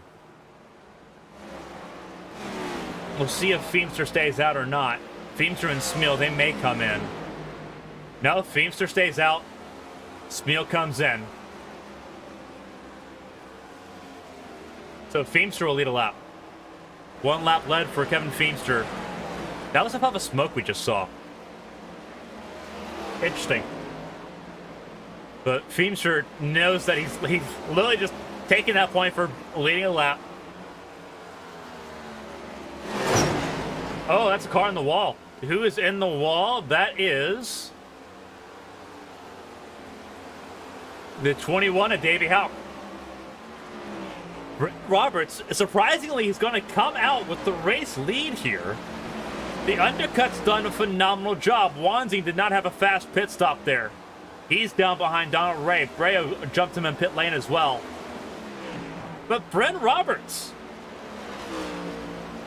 Indy ARC's podium finisher so far this season, making his debut in the A-squared and doing a really good job. He's leading here after pit stops. Feemster comes in, so Roberts now officially the race leader. And he is good to the end of the race, I believe. Really good job by Roberts there to get the race lead. He's got the track position. He did pit earlier. He pit on lap 108, whereas Breo stayed out until lap 114. So that is a conversation to have. But when they're battling like this, that buys him time. That definitely buys him time. So Ray's up to third. Wanzing's trying to get back to where he was. There's Toby Estes. He's behind. Now Tom Sears, who's a lap down. He's the first car a lap down. Estes down in 5th place. So he did have the worst pit stop of anybody. We saw him overshoot it. Just brutal on the pit stops there. Wanzing trying to get to Donald Ray, trying to get by the 5. This battle for the lead has been incredible. And Brent Roberts out of nowhere has gained 20 spots through this race.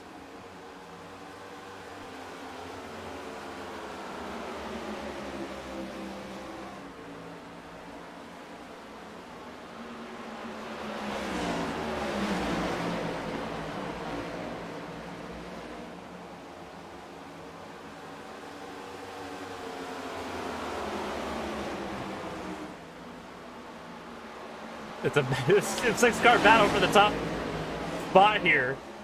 Roberts on debut. Wanzing wants the race win. Donald Ray wants another race win. He's got two. But you still have to worry about tire wear a little bit. You still have to go about 30 more laps. Still not the easiest thing in the world. Oh, this could be something. 3 wide. Wanzing to the bottom. Ray in the middle. Roberts up high. He'll lose 2 spots. Wanzing to the race lead. There you go. Estes up to 3rd. Rayo in 5th. Roberts down to 4th. And then Gaiman in 6th place. But he's not in this conversation. Tom Sears is the yellow car tagging on to this lead battle. So Wanzing back in control of the race. Can he hold on for another 28 laps when they cross the line this time? It's going to be a difficult one. It's going to be a slugfest here. Wanzing knows this is his chance to lock himself in. As we said with Tom Sears, it's been frustrating for Wanzing. He's been close on so many occasions. He's had the pace, only to have luck kind of just taken away from him. It's been such a smooth race for Wanzing so far. He just needs to hold on, and Estes has gotten around Ray. So we're about to see what Estes can do here. He's going to have to really put elbows out here to get around Wanzing.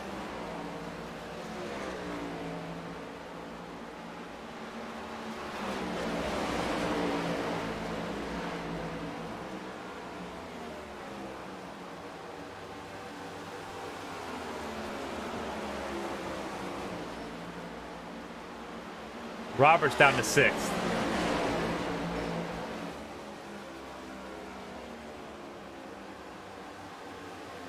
Roberts is definitely losing time here in that number 58 machine. But it was really cool seeing him just shoot to the front. But now it's a 5-car battle. Ray's dropped down to 4th. It's Wanzing, Estes, and Breo. That's how we went through the pit cycle before they all pit. They found their way up to the top 3 again.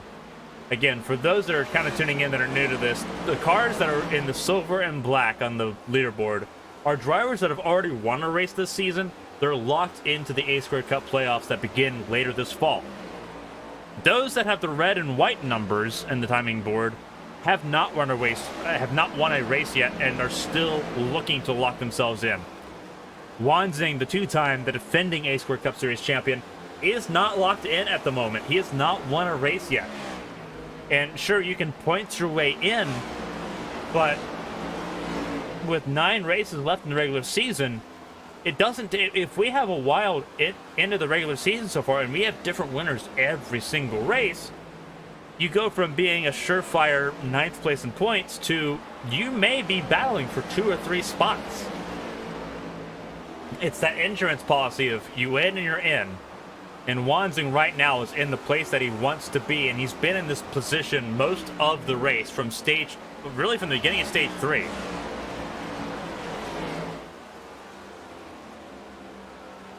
Coming to 23 laps to go. Wanzing's doing an incredible job. I believe that is Fetter Place? No, that is Painter. That is Painter. Painter just came down pit lane. So Painter's race goes from bad to worse. He's down to 21st.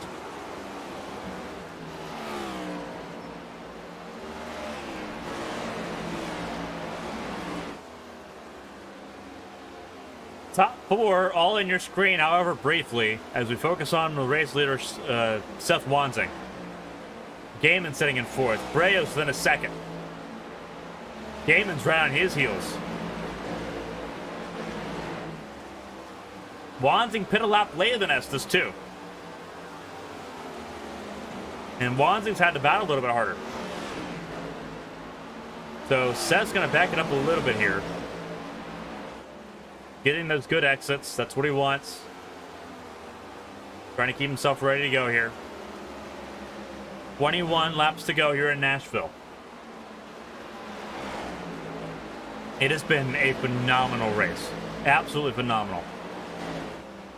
These drivers have done such a really good job. We still have 21 cars running here. Out of 23 that took the green flag. Really good job by everyone that's taking part tonight to really kind of give this a really good race. 15 cars on the lead lap. Tommy Reynolds, the next car, in danger of going a lap down. Painter's going to get by Wansing here. Wansing probably won't fight him too awful hard here. Yeah, he just let Painter go so he can get back to the bottom. He didn't want to spin too much on the top side.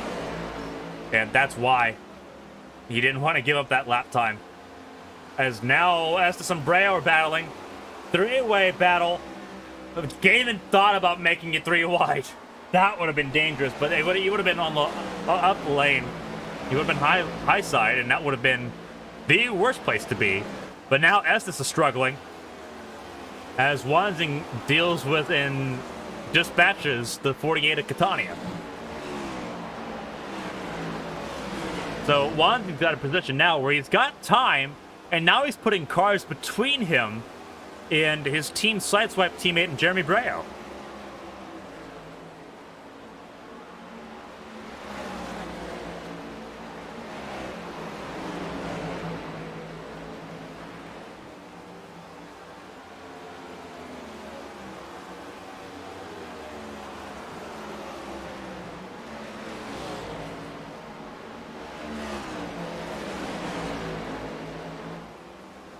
Nine-tenths is the gap that Breo has to shave down to get up to his teammate with 17 laps to go.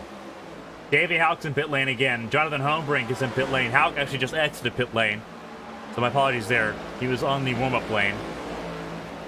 Hoenbrink in pit lane. So Houck's down to 20th.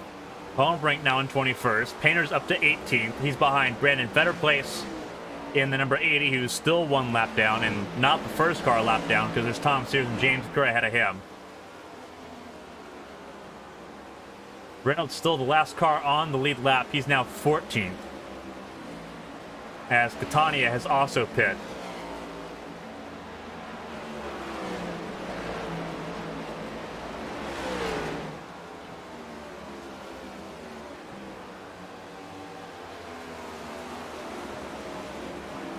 Laps are ticking down. Breo getting closer and closer. They want to race it out. Seth Wansing wants to just hold on to this. 15 to go here at Nashville.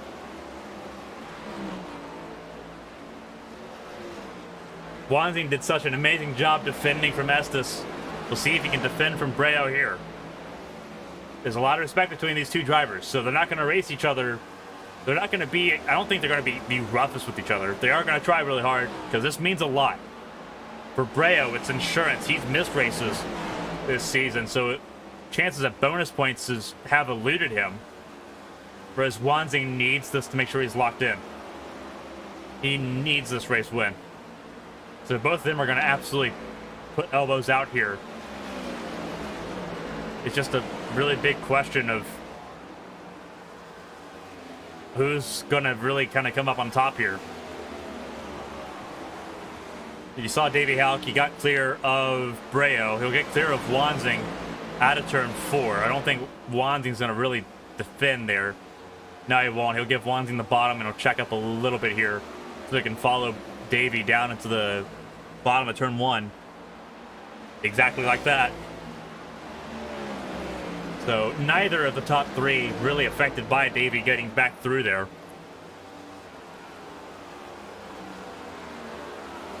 But a really good race so far. As we approach the last 12 laps of this race, starting lap 139 when they cross the line.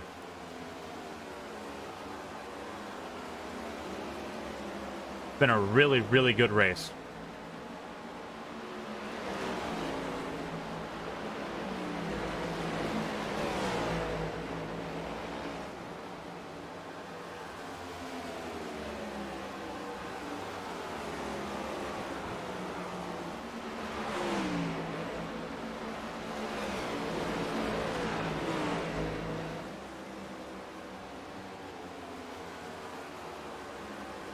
11 to go. The gap's steady, about 4 to 5 tenths between Wanzing and Breo. Wanzing's going to chip away a little bit. There's Hoenbrink in that number 20. He's not in lead lap. He's 3 laps down, but on fresh tires. So he should breeze by the leaders here. It has been a phenomenal race. Caution-free since the halfway point of this race. Been a phenomenal end of this race. Hoenbrink held up Breo just a little bit. Wanzing really smooth, but he gave him a little bit too much time. Breo sent it in to turn 1 as well. So net zero, net gain of nothing for between Breo and Wanzing. They remain about 4 tenths apart. Gaiman 1 second back from the race leader, and Tobias is 2.2 back. A podium becoming more and more difficult to achieve with less than 10 laps to go. We're on lap 142 of 150, 9 laps to go.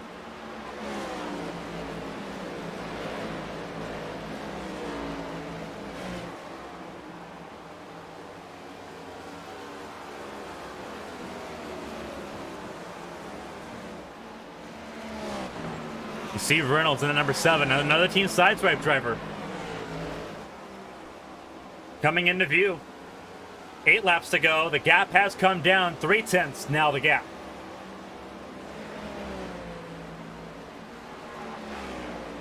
This battle for the lead has been so encapsulated. It is the closest battle right now on track. The only other battle that's even remotely close is between Feimster and Andrews for 11.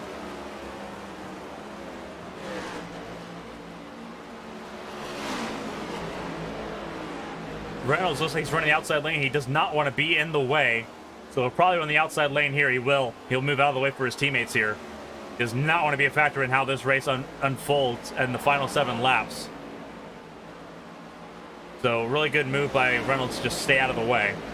You know, he probably won't be too much of a lingering pain for Gaiman when Gaiman gets to him, but Gaiman was already losing time. He's already a second back from Breo.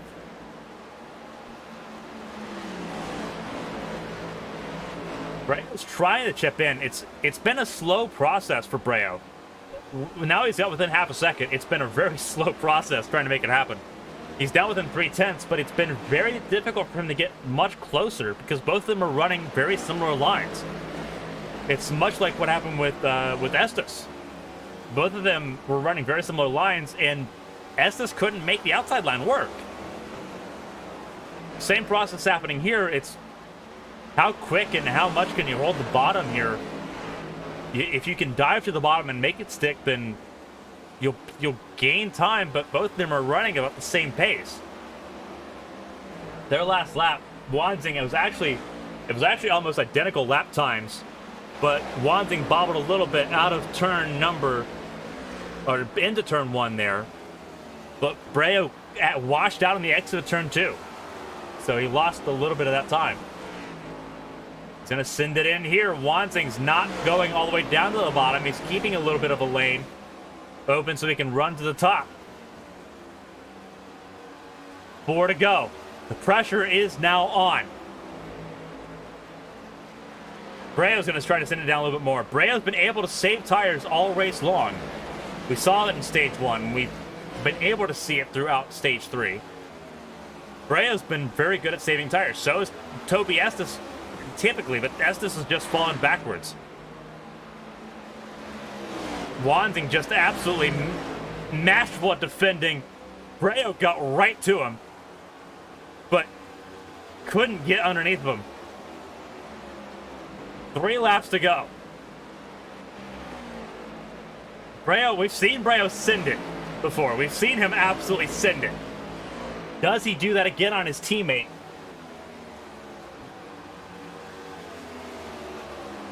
Call back to Fontana early in the season where James Kerr won. Breo sent it on Kerr, almost made it stick, but Kerr was able to sort of outslide Breo and survive it. 2 laps to go. And there's 100% mirror driving on behalf of Wanzing. Cover the inside as much as you can, if you can.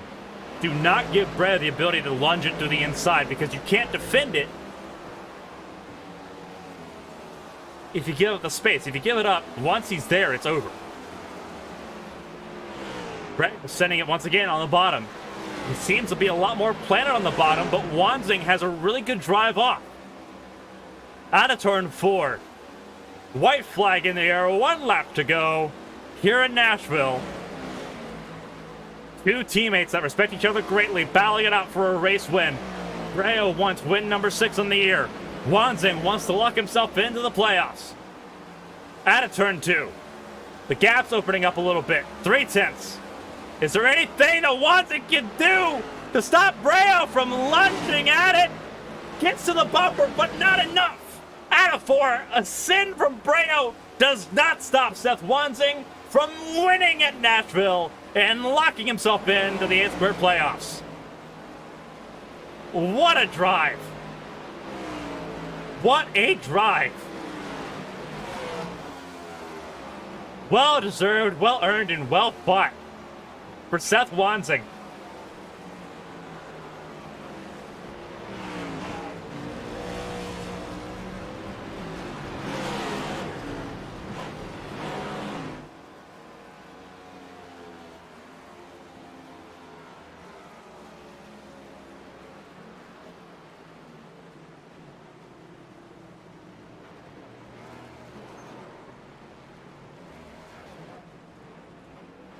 Fantastic job by Seth Wanzing. Two-time A Square Cup champion burns it down. He has locked himself in to the A Square Cup playoffs with his win here at Nashville. Fantastic job by Seth.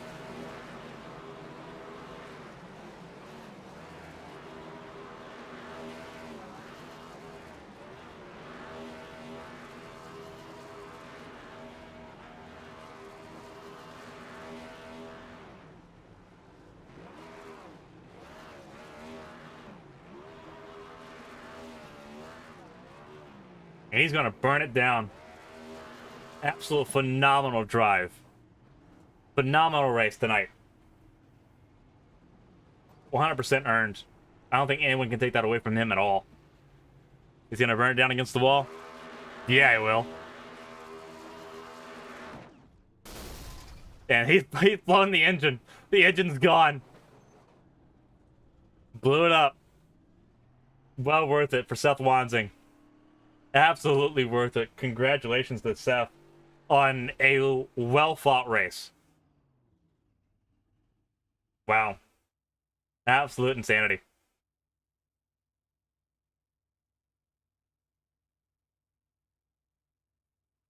All right, we're going to get ready for the interviews here in just a moment.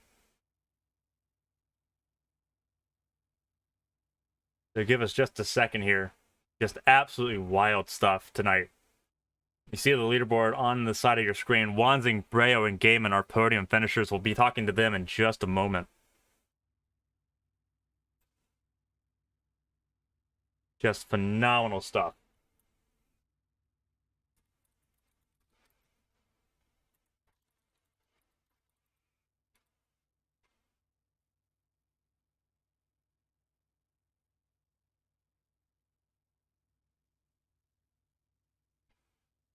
Just phenomenal. Phenomenal, phenomenal, phenomenal.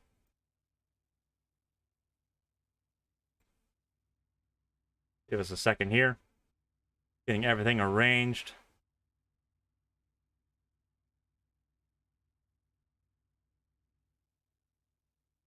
Alrighty, we're going to talk to Joshua Gaiman first.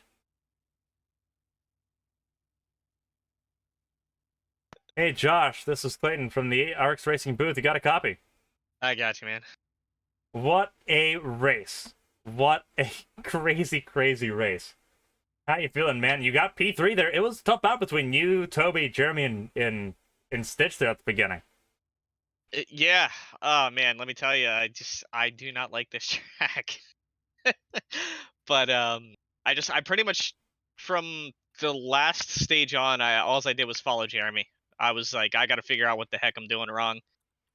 And I had the broadcast up and I heard you say something like Josh doesn't have any damage. Why is he in 21st? I was running about 3 seconds off the pace just to save tires because I didn't know what I was doing and I was just doing anything I could to keep tires on the car. That third stint, that third stage that we had was completely caution free, and that was just incredible racing all the way through. You may not like the track, but it provides some incredible racing.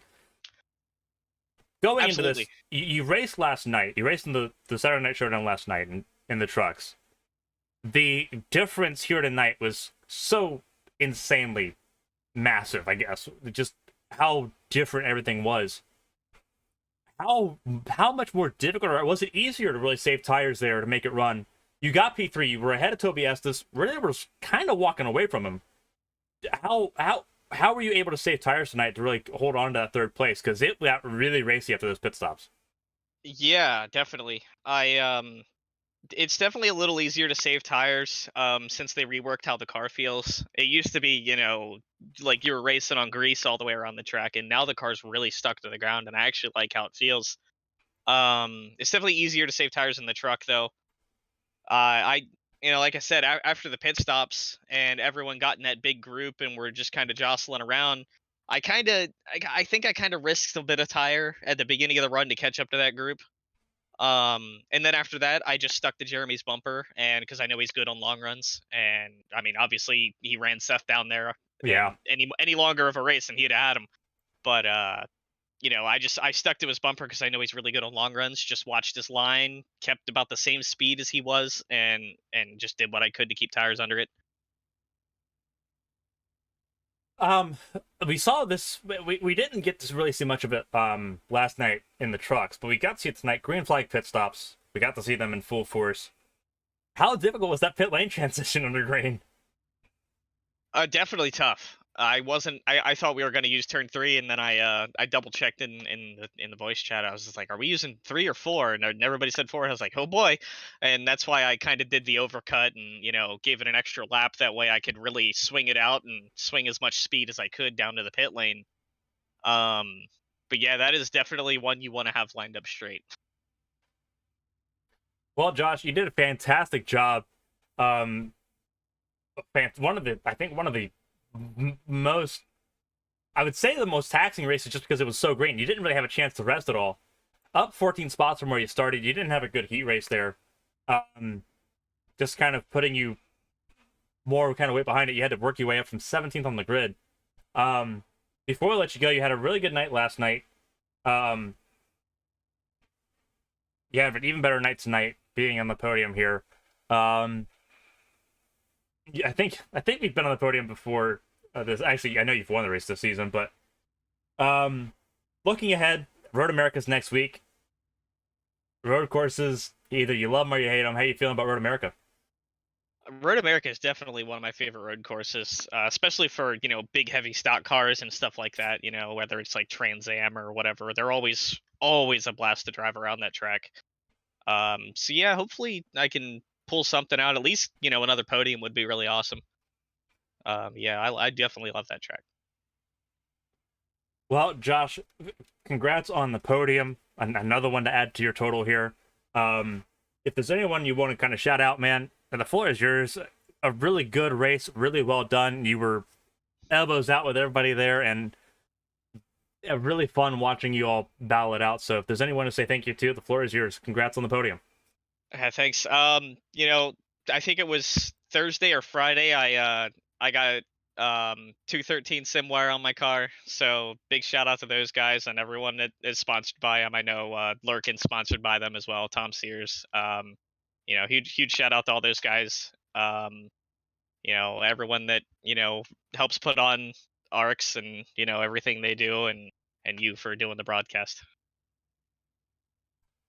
Well, man, congrats again on the third place finish. It was a lot of fun watching our night. We hope to see a little bit more of that flash from you at Road America, because it was fun watching you go through the field. You did a really good job surviving everything early on and putting yourself in that position. So congrats on the third place. We'll see you next week. Yep. See you. All right, that was Josh Gaiman, our third place finisher here at Nashville. Next up, we're going to be talking to Jeremy Breo here, runner-up in tonight's race at Nashville. Jeremy, this is Clayton from the Arcs Racing booth. You got a copy? Yeah, I gotcha. Alrighty, man. A really fun battle between you and Seth there. Long run pace, you were one of the best, especially when it mattered the most. Just those last 20 laps were intense, man. Walk us through it. Yeah, it was pretty nuts. You know, especially that we got a green flag run at the end there, coming up or green flag pit stops. Essentially, my whole goal was to just save as much tire as I could, while keeping with the front group. But I think I did a pretty good job at that. But Seth obviously did a way better job because at those last 10 laps, I was just trying to get to his bumper, and every time I'd get anywhere near close to him, the air off of his car would just get me so tight that I couldn't do anything. And then I finally was starting to get out of his air a little bit, and I could get closer and closer. And then there at the end, you know, I started sending it, and then I could have wrecked him for it, but I really don't want to race anybody that way. But I did get to his bumper and loosen him up a little bit. But other than that, I think, you know, second's not too bad coming off of playing race control last week, but also second sucks. Well, I mean, yeah, about like fantastic racing, and we saw the sin that you gave Seth there, and Seth did a really good job handling it. He just kind of chased it up with it. It was a lot of fun watching you race tonight. You mentioned we had that long, like, we were green flag from the start of stage 3. Yeah. Which doesn't typically happen. Having that green flag run, was this car just a lot easier to manage? Obviously, we've seen the improvements this car has made recently, right? Has this car has everyone finally understood this car to be like, okay, now it's less of just trying to handle the car, but now, okay, now it can be more finite with what we want to do with the car. Has that really kind of, is this going to be kind of the standard going forward, where we're going to see a lot more of these green flag runs, especially Road America notwithstanding next week, a road course will be different. But when you look at, you know, short ovals and intermediates now, are we going to see more of these long runs here now that everyone has a long sense of going? Do you feel like the general sense is that the community understands this car now? Overall, the car is way more drivable. The car is way more user friendly now. That the diffuser actually works. Yeah. I think that was the major problem with this car before the last update, is that the car, it didn't feel like it was in the ground. Now, with the diffuser actually working as it should be, the car is in the ground, and you can actually feel the tires now. I mean, with the rack and pinion, it's still, you know, it's still a little less feel than the old car in terms of steering, but, you know, I can actually feel what the car is doing now. So I know where I can set up my corners, where I can get in and out of the throttle easier. It's not what it'll do this lap. It's more of, you know I can run consistent laps and stuff like that. But it depends on the driver. Going back to your overall question, it's gonna be, you know, if people want to use their heads or not, if we get cautions or not. There was some not impressive things, like I said last night, that I saw tonight that I wasn't very happy with. But, you know, I'm not gonna be like I was at Sonoma and get penalized, so I'll be clean about it. But I let it go halfway through the race, and obviously I didn't get wrecked as bad. So, but yeah, I think it's the car is just overall more user friendly. I'll give you kind of one more question here, because you and Seth had an amazing battle. Looking at Road America next week, you were contender at Road America at Coda, and then obviously you led at Sonoma. Road course, you just kind of win everything. Looking at Road America, it seems to be one of the more popular ones. Do you sort of share that sentiment that you feel like you've got a really good chance there? Do you feel like that's going to be where the car really excels on the road courses? I mean, they fix the road courses with these cars overall, but it's gonna depend on the driver pool. I have a feeling if Reynolds and Davey show up, it's gonna be a 3-horse race there, and Toby between them. I've never driven this car on Road America, so I don't know if I'll be good or not. We'll see. But I'm pretty sure it'll be good no matter what. we'll see. We'll see. Maybe I'll be crap next week. But yeah, I don't know what to expect, but I expect it to drive a lot better than the last time I raced there with this car, which was over a year ago. So yeah, I think that's going to be a great race, especially with all the braking and braking corners and low speed areas and high speed straightaways that are just longer than they need to be, honestly, because we're just probably going to fly through a catch fence or something at some point. But yeah, it's going to gonna be be a fun show. for sure. Yeah, It's gonna for be a sure. show. Well, Jeremy, again, 5 race wins. You almost got a 6 here tonight, just a little bit short. But 5. We're saying, we're just pointing a second when you've got 5 P1 trophies already this year. Congrats on the podium. It was a really fun race, being able to watch you sort of battle with Toby, battle with Seth, battle with Josh, and with Donald Ray there during stage 3. You know the drill more than anybody. If there's anyone to shout out, I know you've got a huge list. Team Sideswipe 1, 2 tonight. If there's anyone to shout out, man, here's the floor. It's yours. Congrats on the podium, and congrats on being a part of the 1-2 for Team Sideswipe. Thank you, buddy. Yeah, I'd like to thank Smeal Racing Designs, John and April, who make the best schemes out there. Go check them out on Facebook. Midwest Barbecue, best damn smokers in the business. Go check them out. And yeah, thank you to everybody at Team Sideswipe, and thank you for putting on the race. I appreciate it. Again, man, congrats on just a crazy race. Congrats on the podium. We'll see you next week at Road America. All righty, see you there, buddy. Not a problem. Have a good night, man. You too.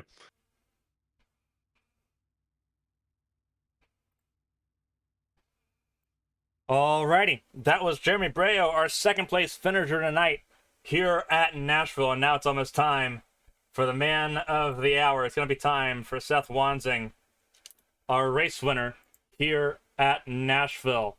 See if we can drag him in here. So I saw you pit. Oh, sorry. Drag you in while you're talking to somebody there. Uh-huh. Well, I guess you can hear me. So it's going to be an interesting conversation because obviously there's a lot of people in the sort of the post-race debrief there because the real-life Nashville race is still going on. But Seth, you finally got it. We talked about it last week after Talladega. Like, what do you got to do to win this? Turns out you just need a really long green flag run and just to hold off everybody. What a race, man. I appreciate it. First off, thank you to Toby and Donald Ray and Jeremy Brielt for racing me clean there. I've had a lot of bad luck up front the last couple times, some of my own doing, some not. So I appreciate the courtesy and the respect there. And man, I'm sweating. I finally get this monkey off my freaking back, man.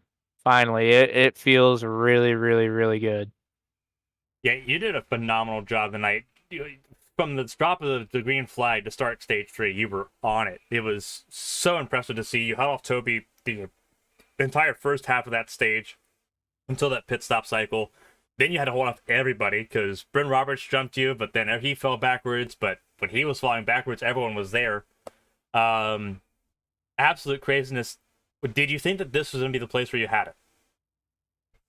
No, not really. I knew Toby's gonna be fast. Donald Ray was super fast tonight. His car wasn't the same after a restart deal, but he still got up there and ran. If he would have been on the same tire strategy as us, I don't know if I would have been able to hold him off. Same with Toby. He could get within 6/10 of me, but I know he kind of messed up pit road a tad. And if he wouldn't have done that, I don't know. He caught me sleeping. He pitted right before me, but I did not think tonight was going to be tonight. I thought it was going to be another top 5 day, but like I've been having, but definitely not a win. But especially early in the race, started second, and I just felt like a rock, man. I hit the wall. I was trying to get the rear brake back in the car to turn, and it was just really difficult there for a bit. But I hit on something. The track cooling down really, really, really helped. And then just I drove the hardest I've driven. That final restart on the last stage, I said over in our team chat that was probably the sexiest restart I've ever had. I mean, I was cutting it close, but it was good, hard racing. Toby could have moved me a couple times. I was blocking really hard. Jeremy could have moved me a couple times, especially me chopping his nose as much as I would. Donald Ray could have shoved me off in the corner off a pit exit. I was aggressive a couple times, and those guys just raced with me with so much respect. I was trying desperately. It took everything I had in the bag to do it. So, but it just feels so good to get that off my shoulders, man. Yeah, and it was very noticeable, right? Like we said the same thing about Tom Sears last week because he had also been frustrated because he hadn't won yet. With that off your shoulders, the relief that sort of gets off. We've seen how close you've been, time and time and time again. Before the update, after the update, like you've just constantly been there. Just haven't been. You've been at like 95%. It was just missing that last little piece. It was a masterclass in defending the night from you, from both Breo, and Breo sent it a few times at the end, and Toby, who tried everything to get around you. Just phenomenal racing there. Road America is going to be a pretty wild one, but kind of looking forward to the next few races, man. Like, the monkey's off your back, you can kind of relax a little bit, but which of the next few races are kind of sticking out to you a little bit? I'll kind of read your schedule because Road America is next week. You got Road America, you got Atlanta, which is going to be a really bumpy track. If everyone thought this race was going to be difficult, Atlanta's going to be difficult too, and it's another tire-saving track. And then New Hampshire after that. Which of those three races do you think stick out to you that, okay, we've got one, here's where we can get another one? All of them. I just want to get to the next track, man. And you know, it's about. I mean, there's so many really fast guys. Yeah. You got Toby, you got Jeremy, you got Donald. Cody's coming back. Dustin Painter has been really good and just Yeah. hasn't had the right strategy to finish some stuff out, not of his doing. But Dustin Painter's been fast. You got Tom Sears. That Brandon P, who was in there tonight, he's a new guy. Yeah. He's fast. You just have so many fast guys in here that you just got to show up to the track wanting to be at least a top 5, top 10 guy every week because that's you got to stack up points because when you got guys like me I'm still just there. I finally broke through, but I'm not where I want to be. So you got to have the points in the playoffs because these guys, I mean, Blankenship too, obviously. Yeah. Cody Pinnell's probably going to be coming back here soon. Yeah. So, just got to keep stacking points. And so road racing, I enjoy. Still trying to figure out the sequential shifter stuff, but Sonoma and Coda, I've had 2 really good runs. I feel like top 5, top 10 most of the day, and then just haven't had the finishes due to luck to show for it. New Hampshire, you know me, I'm a really good short track guy. I'm looking forward to that one. Yeah, I remember Phoenix really well. Yeah. So, I'm really looking forward to New Hampshire. And then Atlanta, I hope Atlanta's still old Atlanta one last time. I'm really good on that surface. I enjoy it. I almost got my first one there last year, but got dumped by someone that was a little over aggressive that drove a 94 car. But that's besides the point. That was last year, but still kind of wanted revenge after last year on that one. But again, that's just part of the journey of trying to get here and finally get this win. So, but man, you know how long I've been trying for this. Yeah. I've been really, really close so many times. It just feels good to break through. Well, it was absolutely fun watching again. Masterclass defending in that stage. You were able to not only defend it, but you were able to get it back when that pit stop cycle kind of threw you out. When everyone pit a little bit earlier, had the pressure tires, you were able to get by Toby. You were able to get by Donald Ray and Bryn Roberts there to get back to the race lead and hold on to it. Just phenomenal racing, dude. Before we let you go, because I know that everyone's kind of watching the real life NASCAR race at Nashville that was on rain delay. The floor is yours, man. You're part of Team Sideswipe. You had a 1-2 there with Jeremy. It was fantastic watching you all battle. But the floor is yours, man. If there's anyone you want to say thank you to, anyone you want to shout out, congrats on the race win. You're locked to the playoffs, and it's onwards and uppers from here. Yeah. Thank you first for broadcasting This is gonna be a long one, but thank you first for broadcasting these races and giving us the opportunity to go back and watch. I usually say during every interview with you, man, you do a lot of works in your own league with us, the Nordics, and with these broadcasted behind the scenes that we truly cannot do without you, and it helps race control with your in-depth replays and stuff like that. Going back the next day, it saves me a lot of headaches. So thank you, man, for allowing us to watch these races. Thank you to Toby, Donald, Jeremy, everybody, but especially those three. They raced me really clean when I was aggressive, and helped out a ton. Thank you to Team Sideswipe, all my guys at Team Sideswipe. Thank you to Smeal Racing Designs, Midwest Barbecue, Hazard Racing Designs for the paints on my cars the last couple weeks. All the admins and arcs that allow us to get to drive race cars a couple nights a week and have some fun. Ryan, first and foremost, Tom Sears, Donald Ray, Tommy Andrews, Trista Catania, you, Jeremy Brielle, Cody. We have a big crew that puts this stuff together. So it's just a privilege to get to race with these guys. It's so nice to finally break through, and can't wait to do some road racing next week and see what we can't do from there. Yeah, very well said. It's a huge team effort to put all this together, and it's an even bigger effort to make sure these races go clean. And it takes the entire field to make it happen. And tonight was absolutely brilliant and well-deserved race win. What a way to get it done. If it wasn't going to happen in Talladega, it happened tonight, and it couldn't happen to one of the best guys in the field. Seth, congratulations on your race win. You're locked in. Just absolute congratulations there, man. We'll see you at Road America. Go get another one, man.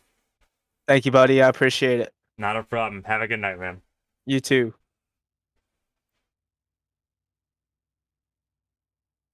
Alrighty.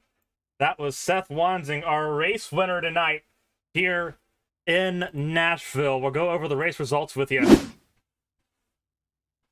This is what it looks like here in Nashville. Seth Wansing, our race winner. The last time that number is going to be red and white. Next week it'll be silver and black. He'll be locked into the next gen. He'll be locked into A Squared Cup playoffs here. Jeremy Breo, his teammate for Team Sideswipe, finishing in second place. It was a very, very intense battle, but Seth Wansing getting his first win of the season. Breo having to settle for runner-up going into Road America next week. Joshua Gaiman getting podium here in Nashville, and that number 61. He's already run a race this season. Was hoping for a little bit better luck tonight, but a really good drive from 17th to 3rd for Joshua Gaiman and the number 61. Toby Estes was a contender early on. A bad pit entry threw him out of the podium spots, and he just never fully recovered from it. He'll finish 4th.